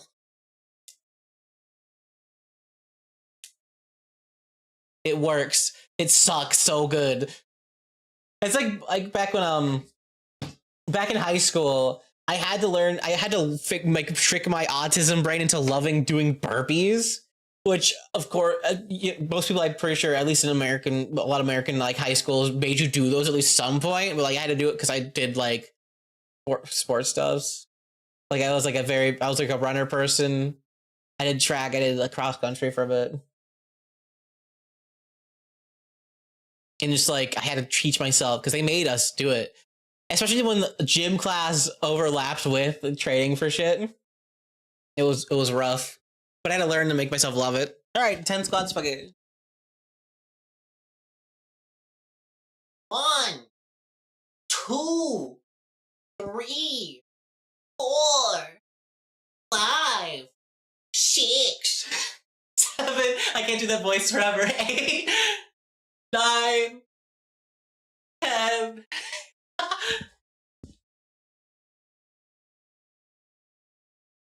I'm trying to do a goofy ass voice, so I can't keep. I did swim. We had ab workouts for days. It was I wish I could swim, dude. I can't swim. Little known Phoebe fact: I can't fucking swim. Hello, the fusion.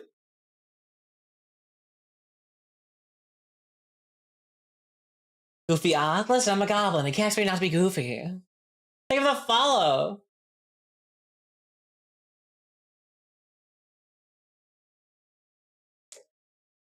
I'm back. Welcome back. They show you do squats again. What are you doing those sit on the invisible chair? Dude, I love wall sits and like all that shit like that. I love those. Again, I forgot it's only a minute timer. Give me a second. Remind me to turn these off when I do my Dustin stream. I don't want Dustin to have to do squats with me. Man, Jelly, no, I do like 100 every day. This is nothing. 1, 2, 3, 4, 5, 6, 7, 8, 9, 10. Is it not picking up my face when I do that? No, too far away from my chair.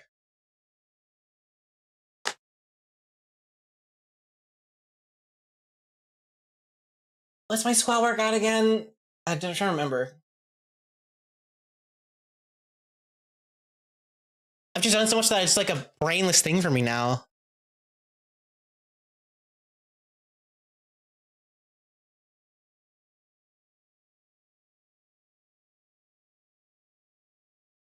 I wrote it down somewhere. What did I?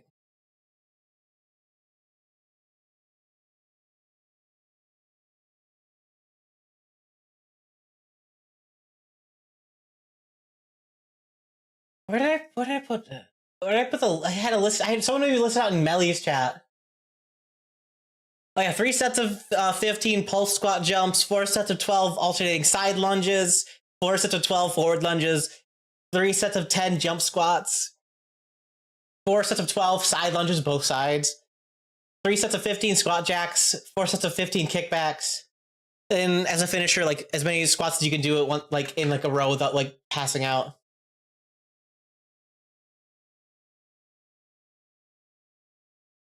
Is there if I steal the idea of different workouts for Twitch redeems when I get start? I have like no ideas what my redeems gonna be. Oh yeah, no, I stole this from my homies. I just stole this straight from my homegirl, Space Fish. She does this too. She's rad. She has really good art. I love her.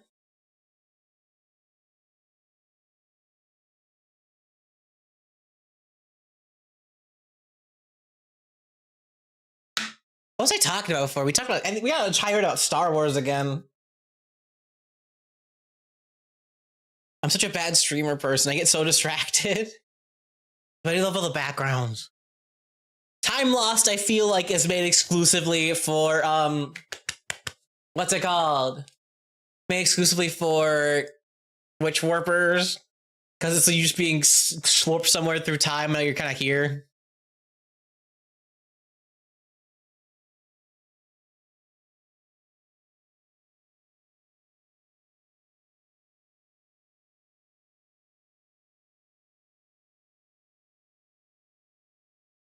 What is it called? I'm trying to think of the other thing of back. There's like a. I remember. I think it was someone in my chat earlier, like yesterday. I think there's an entire like archetype. I just got that just popped in my head because there's like backgrounds you get from Starfinder Society if you did playtest stuff. But there's like an entire archetype in Starfinder 2. It was seen at Gen Con yesterday.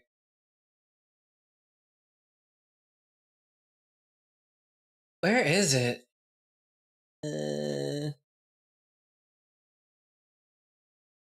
There we go.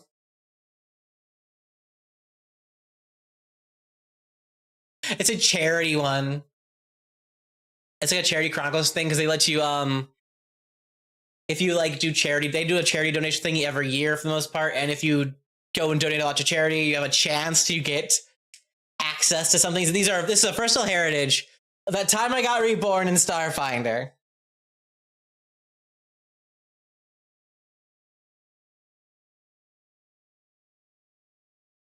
I know that move.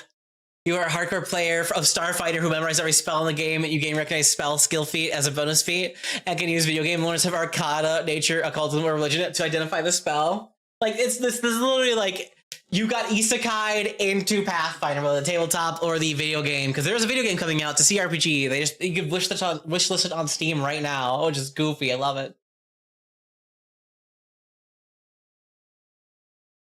I love Respawn. These guys Starfinder background. Oh, hey, Phoebe, they already got Starfinder bits and Pathfinder for everything. Ooh, hell yeah. I say that string player thing. Dude, I would love it if my player picked this. Are you kidding me? Speed run, cheat code, respawn, home style cooking. Thank you for the sub.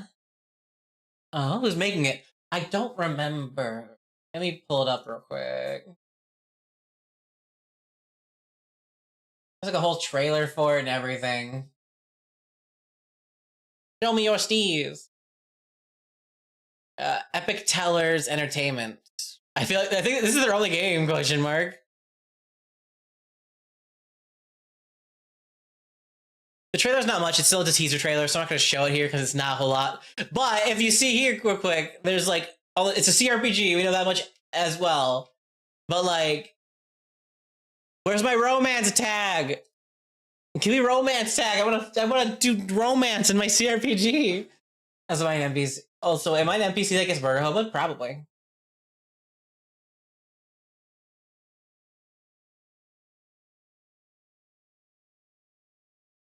But I'm excited. I love this. I'm gonna see if I can take this personal heritage at some point and someday.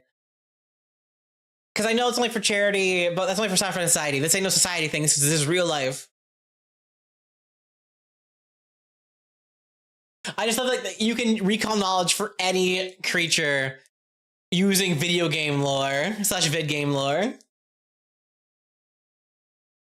Rickety Goblin tech is the best in Starfinder. I thought it was goofy because they invented combustion engines in Pathfinder, but no, it gets even worse in Starfinder. The time I was reincarnated as a Starfinder Society Explorer and had to kill the Outer God. Nah, man, that was what Zon Shaylin was for. You get to hang out and romance all the hot vest cunnies.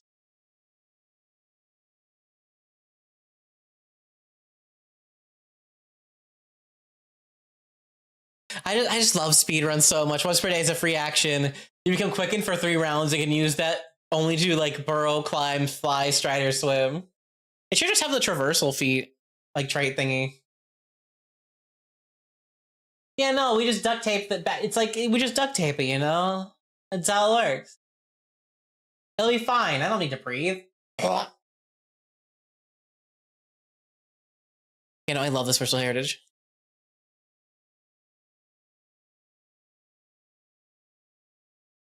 I have a couple of characters I've been making recently, because of course I have. I'm obsessed with this game. Another character I made, which I'm going to talk about now, it just popped in my head, I should probably talk about her. I'm still on the thing of classes and stuff like that. And the Ancestries are below it, duh. Is anyone not familiar with the Ancestry Dragonkin? Not to be confused with Dragonborn. But Dragonkin. These guys are fucking adorable. You make it a game? No. Someone else's. I just talk about things. I just like making characters for tabletop games. I have your YouTuber background, and I think it's a career soldiering, and most modern military enlistments are for limited time, though I wish there was a background for that then. Yeah, no, Dragonkin, I know certain people out there, namely my girl Melly. Love her to death. It's her birthday today. Good for her. She loves fucking dragons, literally and figuratively. She loves fucking common dragons, and she loves fucking exclamation point dragons.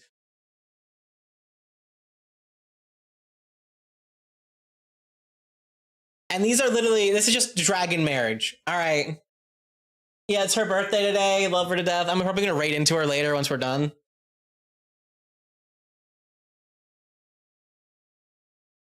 Turning into on that topic, I'm out. Catch you later, Phoebus. Bye, Callie. Thank you for stopping by. The dragon fucking. This is the dragon fucking thing.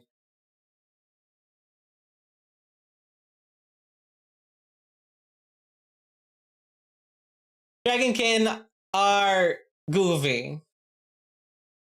They are large-sized, winged-tailed dragon people that have a special thing called partner bond, which is a whole lore thing where they pretty much, you're married for life. You're like married for life and like psychically bonded to them, so now you always know where they are. And like you have telepathic link to them forever. And you don't do this to one person, and that person until they die or until you die. It's like a really nice, wholesome, cute thingy. There's also a heritage for polyamory, yes. Where is it? Mercurial.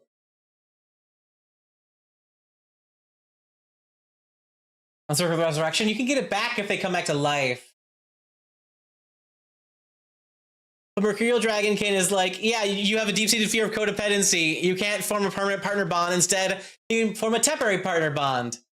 It lasts for 1 day, and you can do it with a number of people.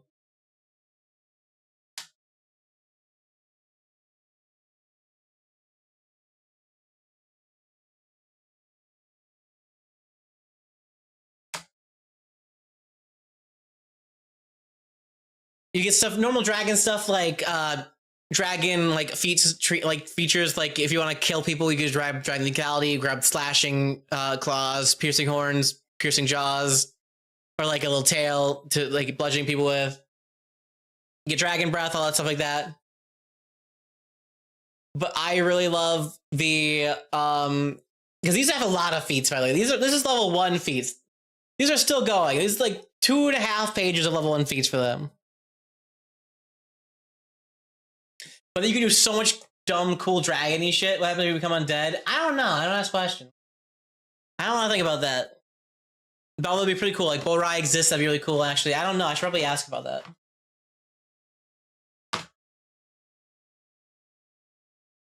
But they have lots of stuff about, like, flying better. You know, all that type of shit. I love the polyamory type one, because you just have a lot of people as your little bonded partner person. So you have the entire polycule in your mind palace. They're really, I love these guys so much. But I thought, what if I had one of those edgy and mean? And so I made a soldier that was a worshiper of Zon Shaylin. Zon Shaylin being the, what's it called? Zon Shaylin being the amalgamation deity of Zon Kuthan and Shaylin, the brother and sister fused into one body through a bunch of fuckery.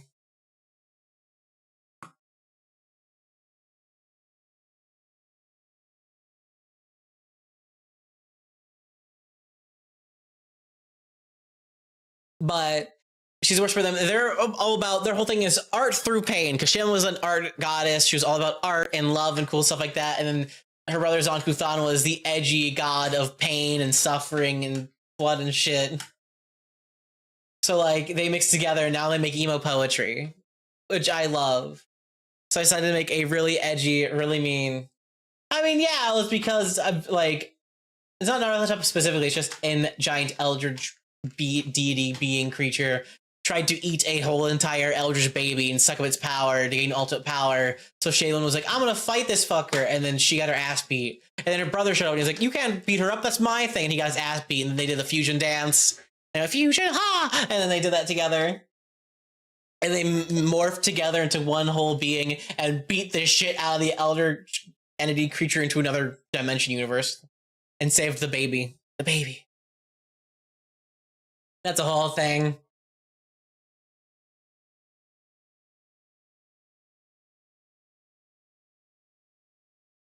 It's really fun. I really like it. But basically, I wanted to make, because they their holy weapon is called the Pain Glaive, and if you've ever played Warhammer 40k or seen any art from it, you know exactly what the fuck it is. It's a glaive slash axe that is a chainsaw for a blade. You've seen that type of shit before, and it's in Starfinder 2e. And that's their holy weapon. Chainsaw glaive axe thing. It's the sickest. I love it. And it's also really mean because it has a specific trait that I really like. It's a new trait to Starfinder 2e, new from Pathfinder 2e. Where is it at? Weapons. It's called the boost trait, and it allows you to use one action to rev up your gun slash melee weapon. And when you rev it up, it gets the, where's Pain Glaive? Pain Glaive. It gets an extra of whatever that dice is. Play a video game? No, it's not out yet. They just released the teaser trailer recently. Like as of, I think it was this morning. It was either this morning or yesterday.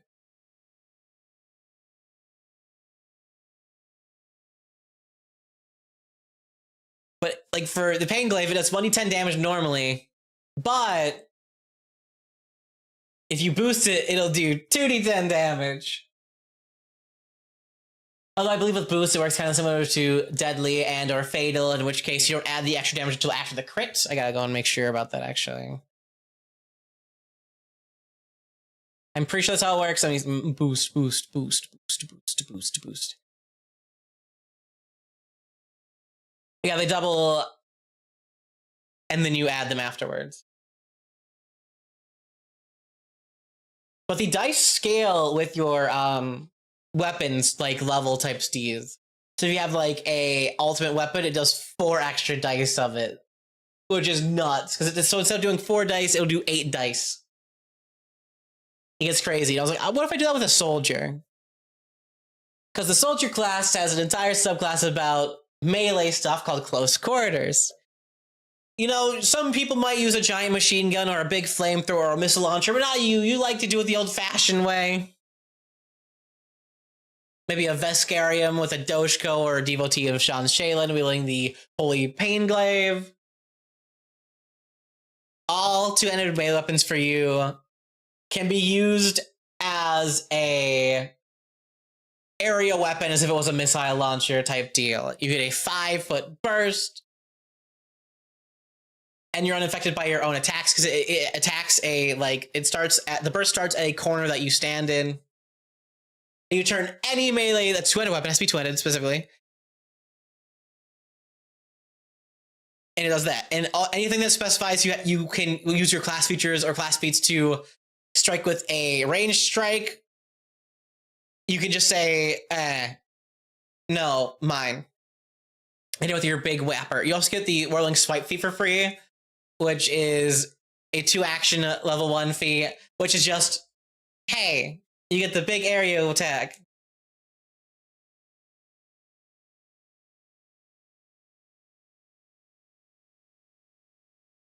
And you can still use your primary target stuff, because Soldier's whole thing is they have a whole lot of stuff about doing area fire or auto fire, so it's either a big machine gun or a big rocket launcher or like that. They can make a big area. Everyone inside the area has to make a saving throw instead of you making an attack roll against them. It's a saving throw. And you get to make a ranged strike against them with your weapon. It does not count towards your multiple attack or anything like that. It's really closest person to the center of either your blast or the closest person to your cone, if it's like a cone weapon, like a flamethrower. And you make an attack against them. If they fail, you hit them, they get a penalty to their saving throw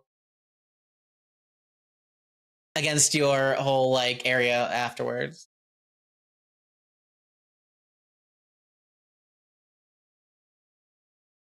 Where is the Whirling Swipe?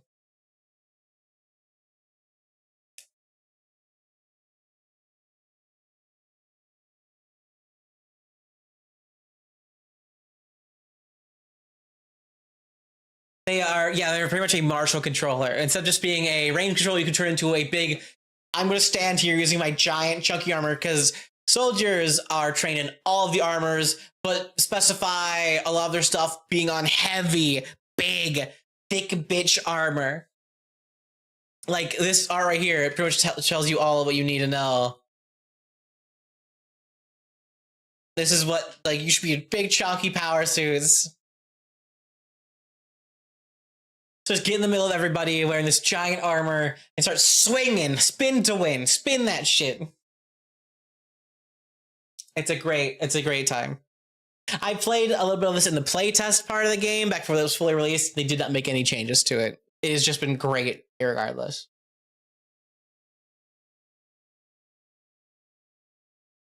But since you, with the close quarters subclass, get the Whirling Swipe feat for free, you get to pick another first level feat.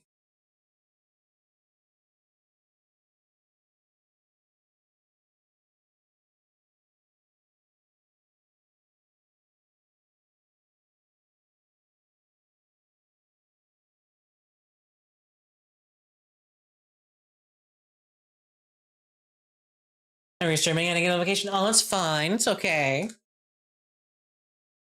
So I figured it'd be fun to get Burst of Strength. It's a reaction once per hour. If you fail an athletics check to disarm, grapple, shove, reposition, or trip, you can instead re-roll and take the result, even if it's worse.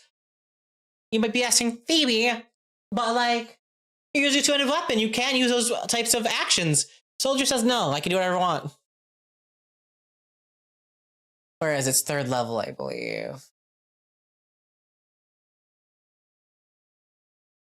Yes. Maybe. Oh, no, I was looking at something else. Was I thinking of, not Aerial Warrior, I was thinking of, Armor Storm. I think it, wrong one. Oh well, I'll re-grab that instead. I'll go for, probably Pin Down. That's the one I can take.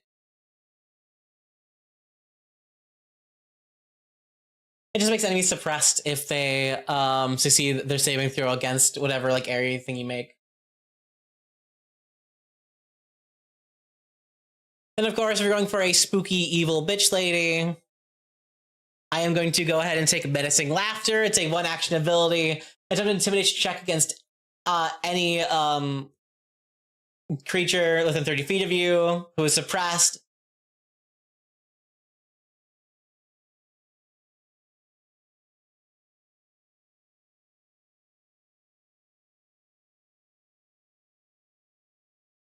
And then at 4th level, I don't remember which one. I think I took I don't remember if it was widen area or not, because I wasn't sure if it worked. Because I know it says, what is it called? I know it says when you're using a soldier feat, any two-handed weapon you're wielding against that. And you're unaffected by attacks with that weapon, you can make a melee strike with 2 hands instead of a ranged strike with a primary weapon, primary target, or soldier any feat. So I'm pretty sure it would work with it, but I want clarification. The wide area just gives you bigger radius on your big circle that you spin your weapon around, which is always fun.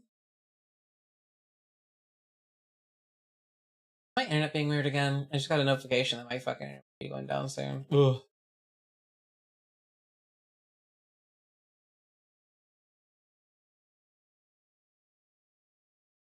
And then of course, intimidating taunt. I feel like if you're, especially if you're going to be in up and close to the enemy's faces with a melee weapon, I feel like imitating taunt works really well. So you're training in intimidation, which at 3rd level you get to use your constitution, since you're a constitution based class, instead of charisma for all of your intimidation stuff, as well as your like shoving and things like that. This one lets you, as a single action, make an intimidation check against the ability of one enemy you see within 60 feet of you, and then they will have a -2 penalty to attack rolls that don't target you. And also with save DCs. They just, if it's a caster, it still works on them. And on like success, it works the exact same as just only against the first hostile action they take, instead of just being everything.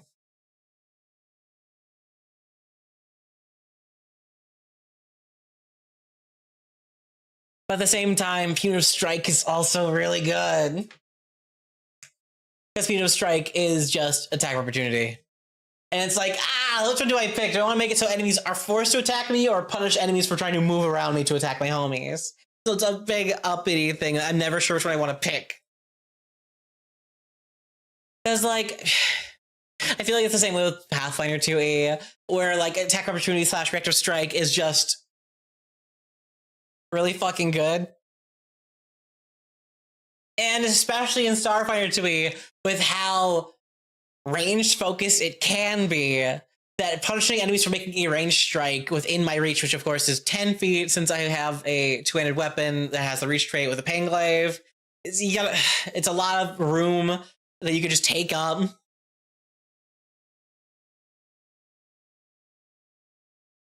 So like it could work out really well to just smack them if they try to, but at the same time, your job isn't primarily to do damage, it's to control stuff and make sure enemies have a bad time attacking your friends. So Intimidate Taunt also works really well. So really, it's like, do I want more defense for my homies? I want to protect my homies while using up my huge constitution pool. So I have a giant health pool, as well as giant heavy armor that has like damage resistances and stuff in it? Or do you want to just hurt a man more?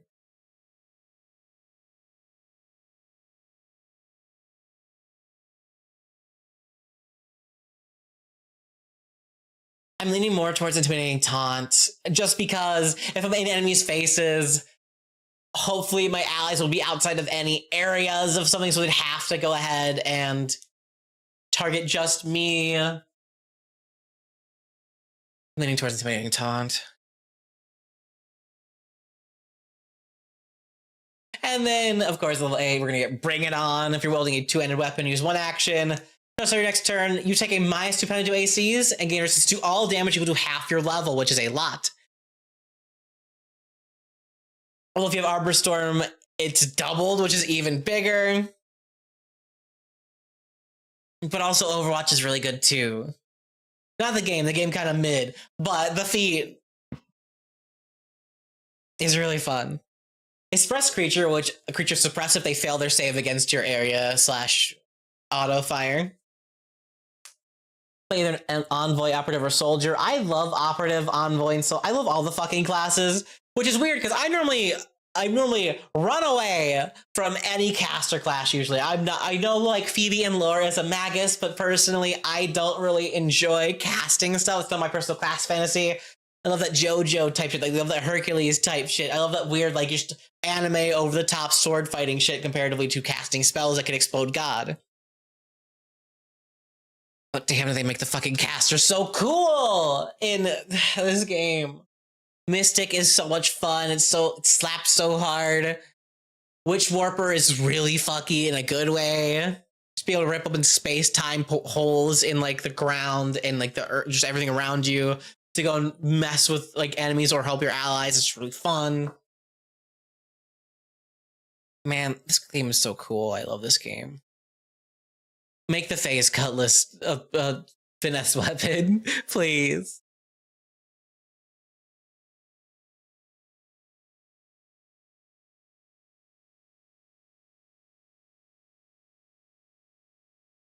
Yeah, no, Overwatch is also really good.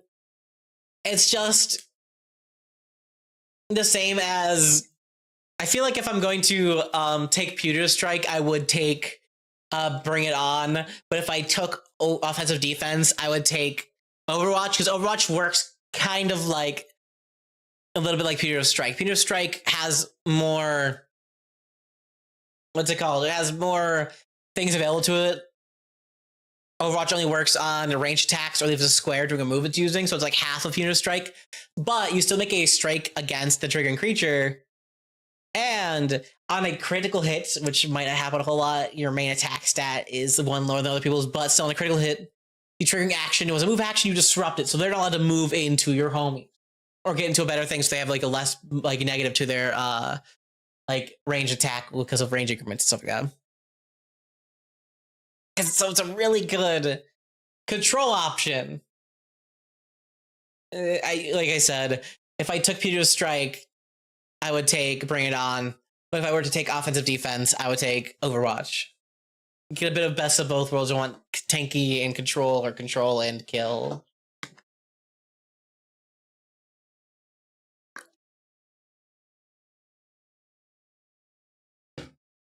Although, to be fair, Intimidating Taunt works really well with Bring It On, because although they both force enemies to attack you more, I feel like if I was to play a Armor Storm one, I would take both Intimidating Taunt and Bring It On, because the resistance is doubled if you have Armor Storm. It depends. I can see, that's the thing about this game. There's just a lot of different options and things you can take. I feel like it's very hard to decide what I will fully want. I have to like be playing through a game and get the vibe of my actual character first, not just like gameplay wise, but thematic wise, which one I'd pick.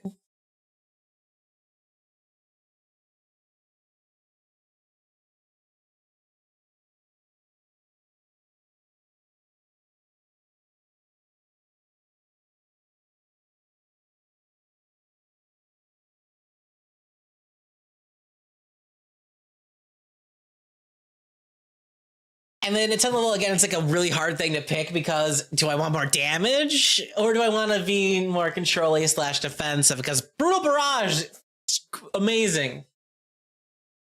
Brutal Barrage, I think, works better with like area weapons like missile launchers that have a burst, or like the burst that you get from a rude. The burst that you get from a what's it called? That you get from your melee weapon if you take the close quarters fighting style.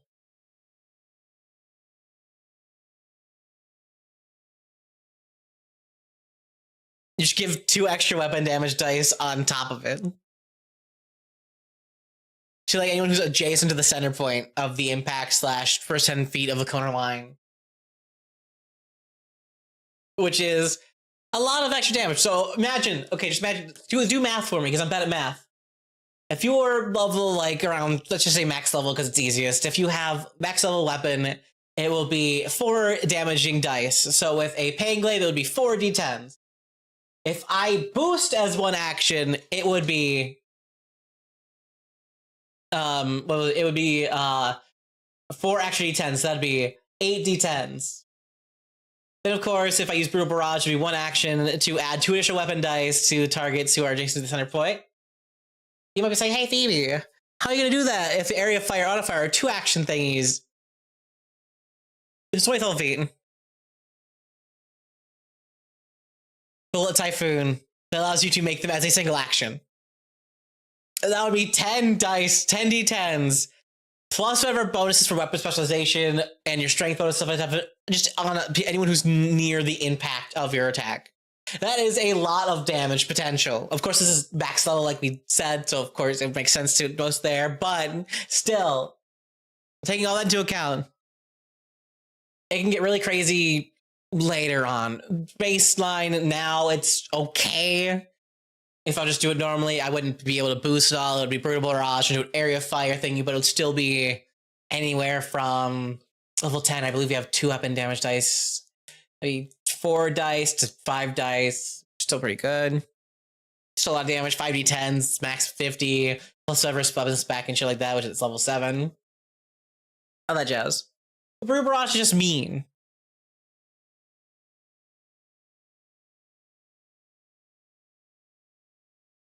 But at the same time, if I want more controlling feats, I feel like Come Get Some and Angering Impacts would be better if I wanted less damage and more protect.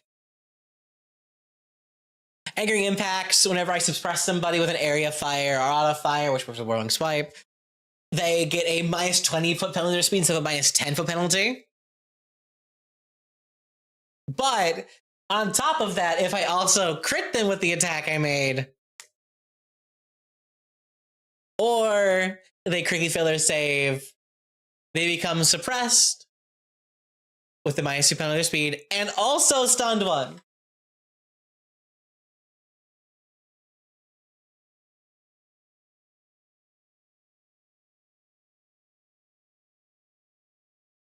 Which is huge.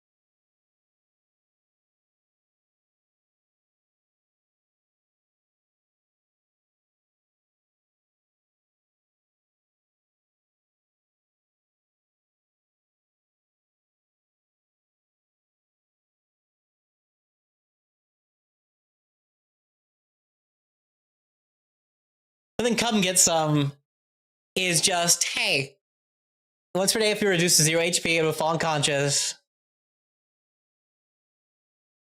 don't. Make an area fire attack with the save decreased by 2. And then you fall unconscious.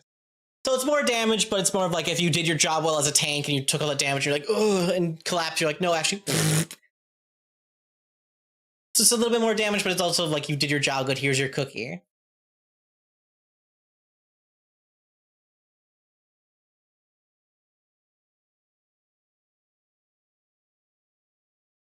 But more honestly, I would probably take Angering Impacts if I was going more defensive focus with my martial bitch, or Brutal Barrage if I want to kill a man. It really depends on. I feel like with the character I have, like I was talking about with the Dragonkin, I'd make her more lanes to kill a man, so Brutal Barrage would probably be her pick.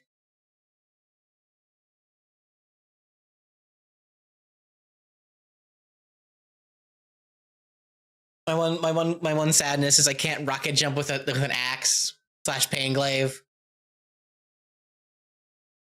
Because technically it's an area burst weapon, but I don't think my gym would let me just pole vault with my pain glaive. I have to ask them because it'd be fun. Because technically, when you're using close quarters, your melee weapon is a burst weapon as a burst 5. So technically, the rocket jump would work.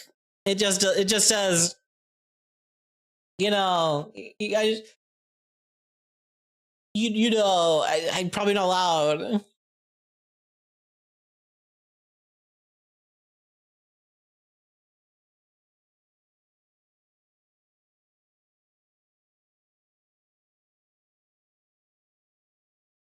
Bullet Hell is really good. It really depends. It's really good asterisk. Because Bullet Hell, pretty much 2 action ability. If you're building an automatic or area weapon, you tear up the ground with your weapon when you do a slammy blammo, so next area fire auto fire attack. Until you start your next turn, a creature that moves through the area that you attacked in takes 1d4 damage to the same type as the weapon fired per square traversed. Although with the melee weapon, it's only a 5-foot burst, 10 foot if you have the increasing thingy. So it's like not a whole lot of area, so it's not a whole lot of d4s, but it's still 3 damage. However, if they then go into those squares, they have to do a reflex save at the end of each move action, and on a failure, they become suppressed and start your next turn. So it still works for control, and it's a little bit of damage on top. I think it's the best of both worlds, but it's not. You don't really take this expecting damage for the most part. I think you take this expecting the suppressed, but the damage is nice on top.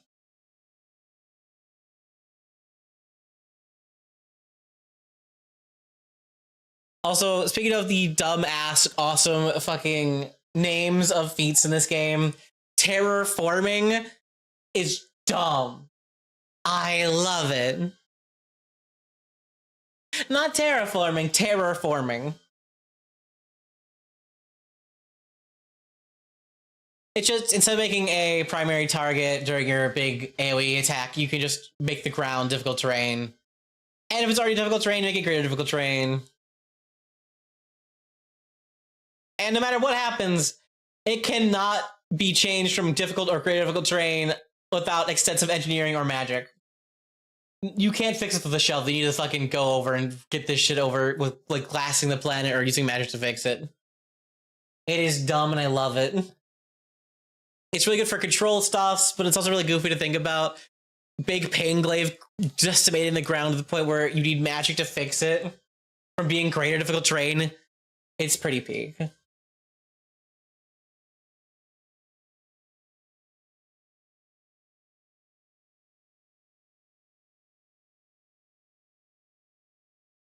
Although Vector Reflector is more tanky, it's a reaction.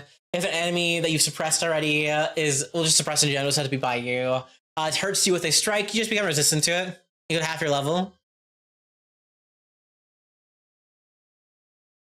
But like, if you're Armor Storm, it's equal to your level again.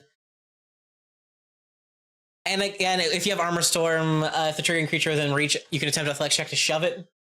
I feel like this will only happen if you have Armor Storm, because most every other soldier is going to be having a big 2-handed weapon, so they can't really shove things unless they have like 4 arms. Even then, I'm not sure if you'd be able to do it. I'm really not sure how the 4-arm stuff works with other actions yet. I haven't really asked or tried my best to clarify it yet. Pretty sure it doesn't work, but it could. Because I know they can interact with things, but I'm not sure that includes shoving, tripping, repositioning, etc.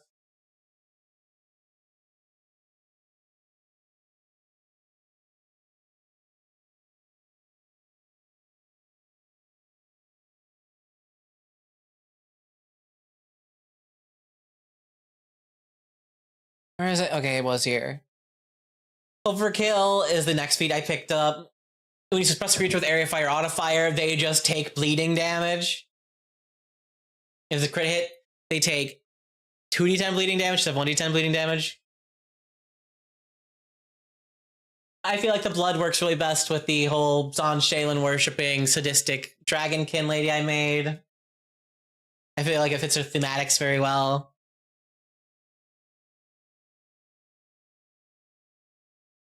it only works on one enemy, so like it's really only gonna happen on bosses, but at the same time, I like the way your blood coagulates, boy.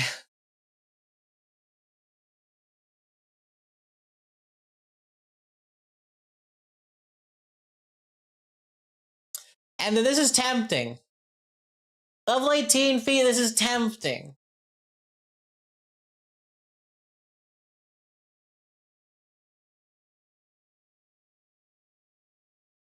Tamuratosh's grip. Tamuratosh is the Vesk, I believe, god of like fighting and battle and cool stuff, and it's all about honor and stuff.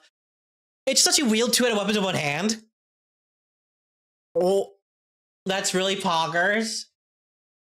It's not as good as like what's it called? It's not as good as Spread the Love. But like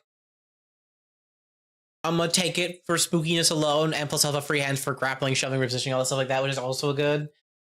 But like Spread the Love lets you pick two different primary targets to just one, which is just more free damage and more free everything. But a two-handed weapon in one hand is so cool. Imagine you just get the big great sword, and you put it in one hand. That's scary. I don't care who you are. If I saw a dude running at me with a claymore in one hand, swinging it like a baller, like just, as you did with a two-handed one, like with that much like deftness, I'd be scared. Thank you much, ATH Nerdcast, for the raid. Hey, how are you guys? We're talking about more Starfinder 2A stuff. Just going over some of the characters I made with my stuff. Right now we're going over the Dragonkin, Murder Mommy, Worshipper of the Pain God, Pain, Arthur Pain. I'm so excited for Starfinder 2E. Should I tell him, Phoebe? Tell what? What new thing?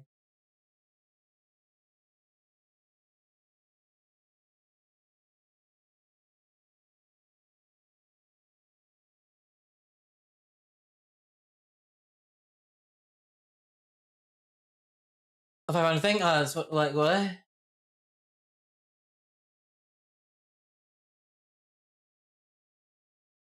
There's a game too, like video game looks cool. Yeah, I love CRPGs. I'm really excited. Also, for those of you here on View Bang, I'm nice YouTuber extraordinaire. I talk about tabletop games of all sorts. Today we're talking about Starfinder 2E, which just came out. I got this little review copy for a while from Paizo. Thank you them again.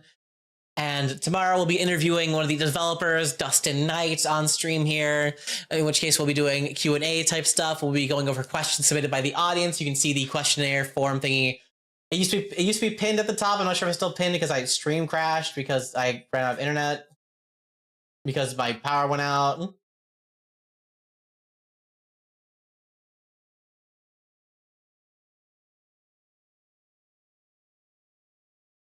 Actually, I should bring it back just in case in chat.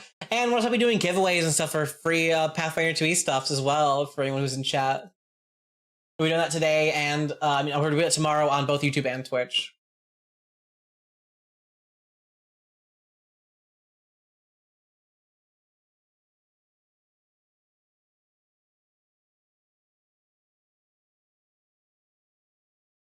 It's on cooldown. A smart move. Your legs have been gone wise. It should only be on a 1 minute cooldown.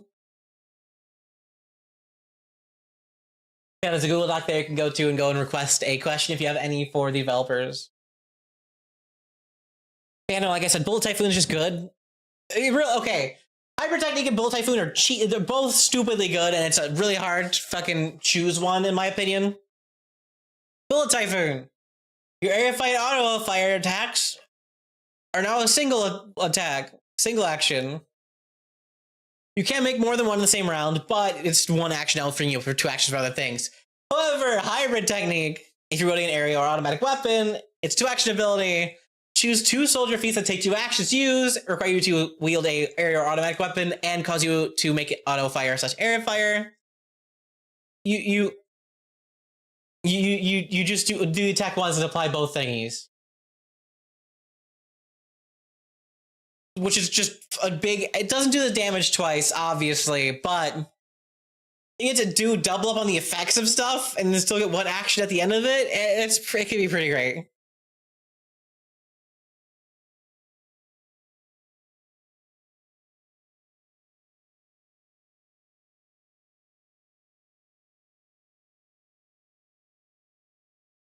Is now the Kitsune still in chat? I just want to, as another huge fucking nerd, I want to ask your opinion on something.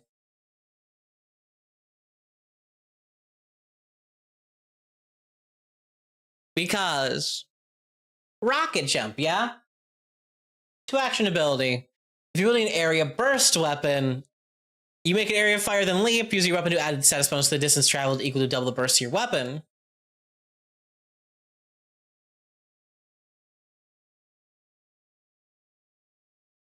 My melee attacks count as a burst if I'm using close quarters, right? Can I rocket jump by pole vaulting with a Panglaive?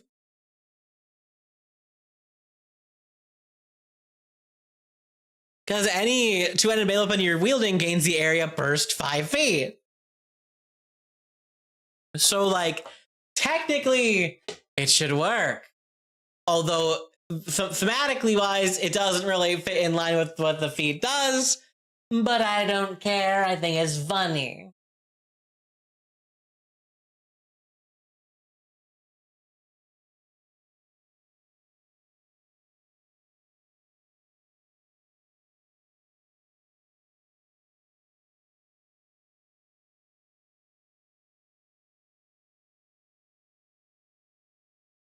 You know, that's all for my soldier character. It's just, there's just so much good shit in this game. Also, it's almost 9 o'clock.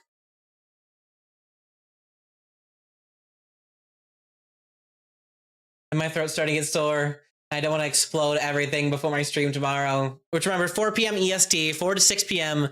Me with Dustin Knight, developer of Paizo's Starfinder 2A. He also did some Pathfinder stuff on Starfinder Infinite and stuff like that. That's why he did it. We're going to be talking about Starfinder 2A, going over some design decisions, talk about what went into the making of the game, everything like that.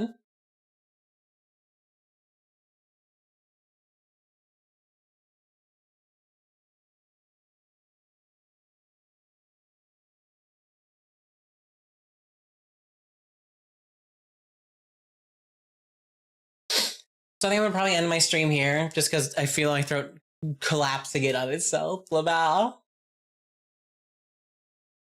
I hope you all had a wonderful night. I'll see you all tomorrow at 4 p.m. And we're gonna be raiding into my girl Melly.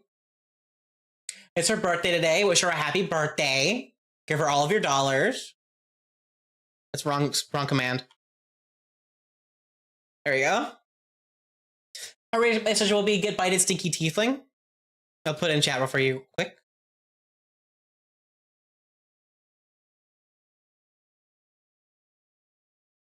So you can copy paste this whenever you need.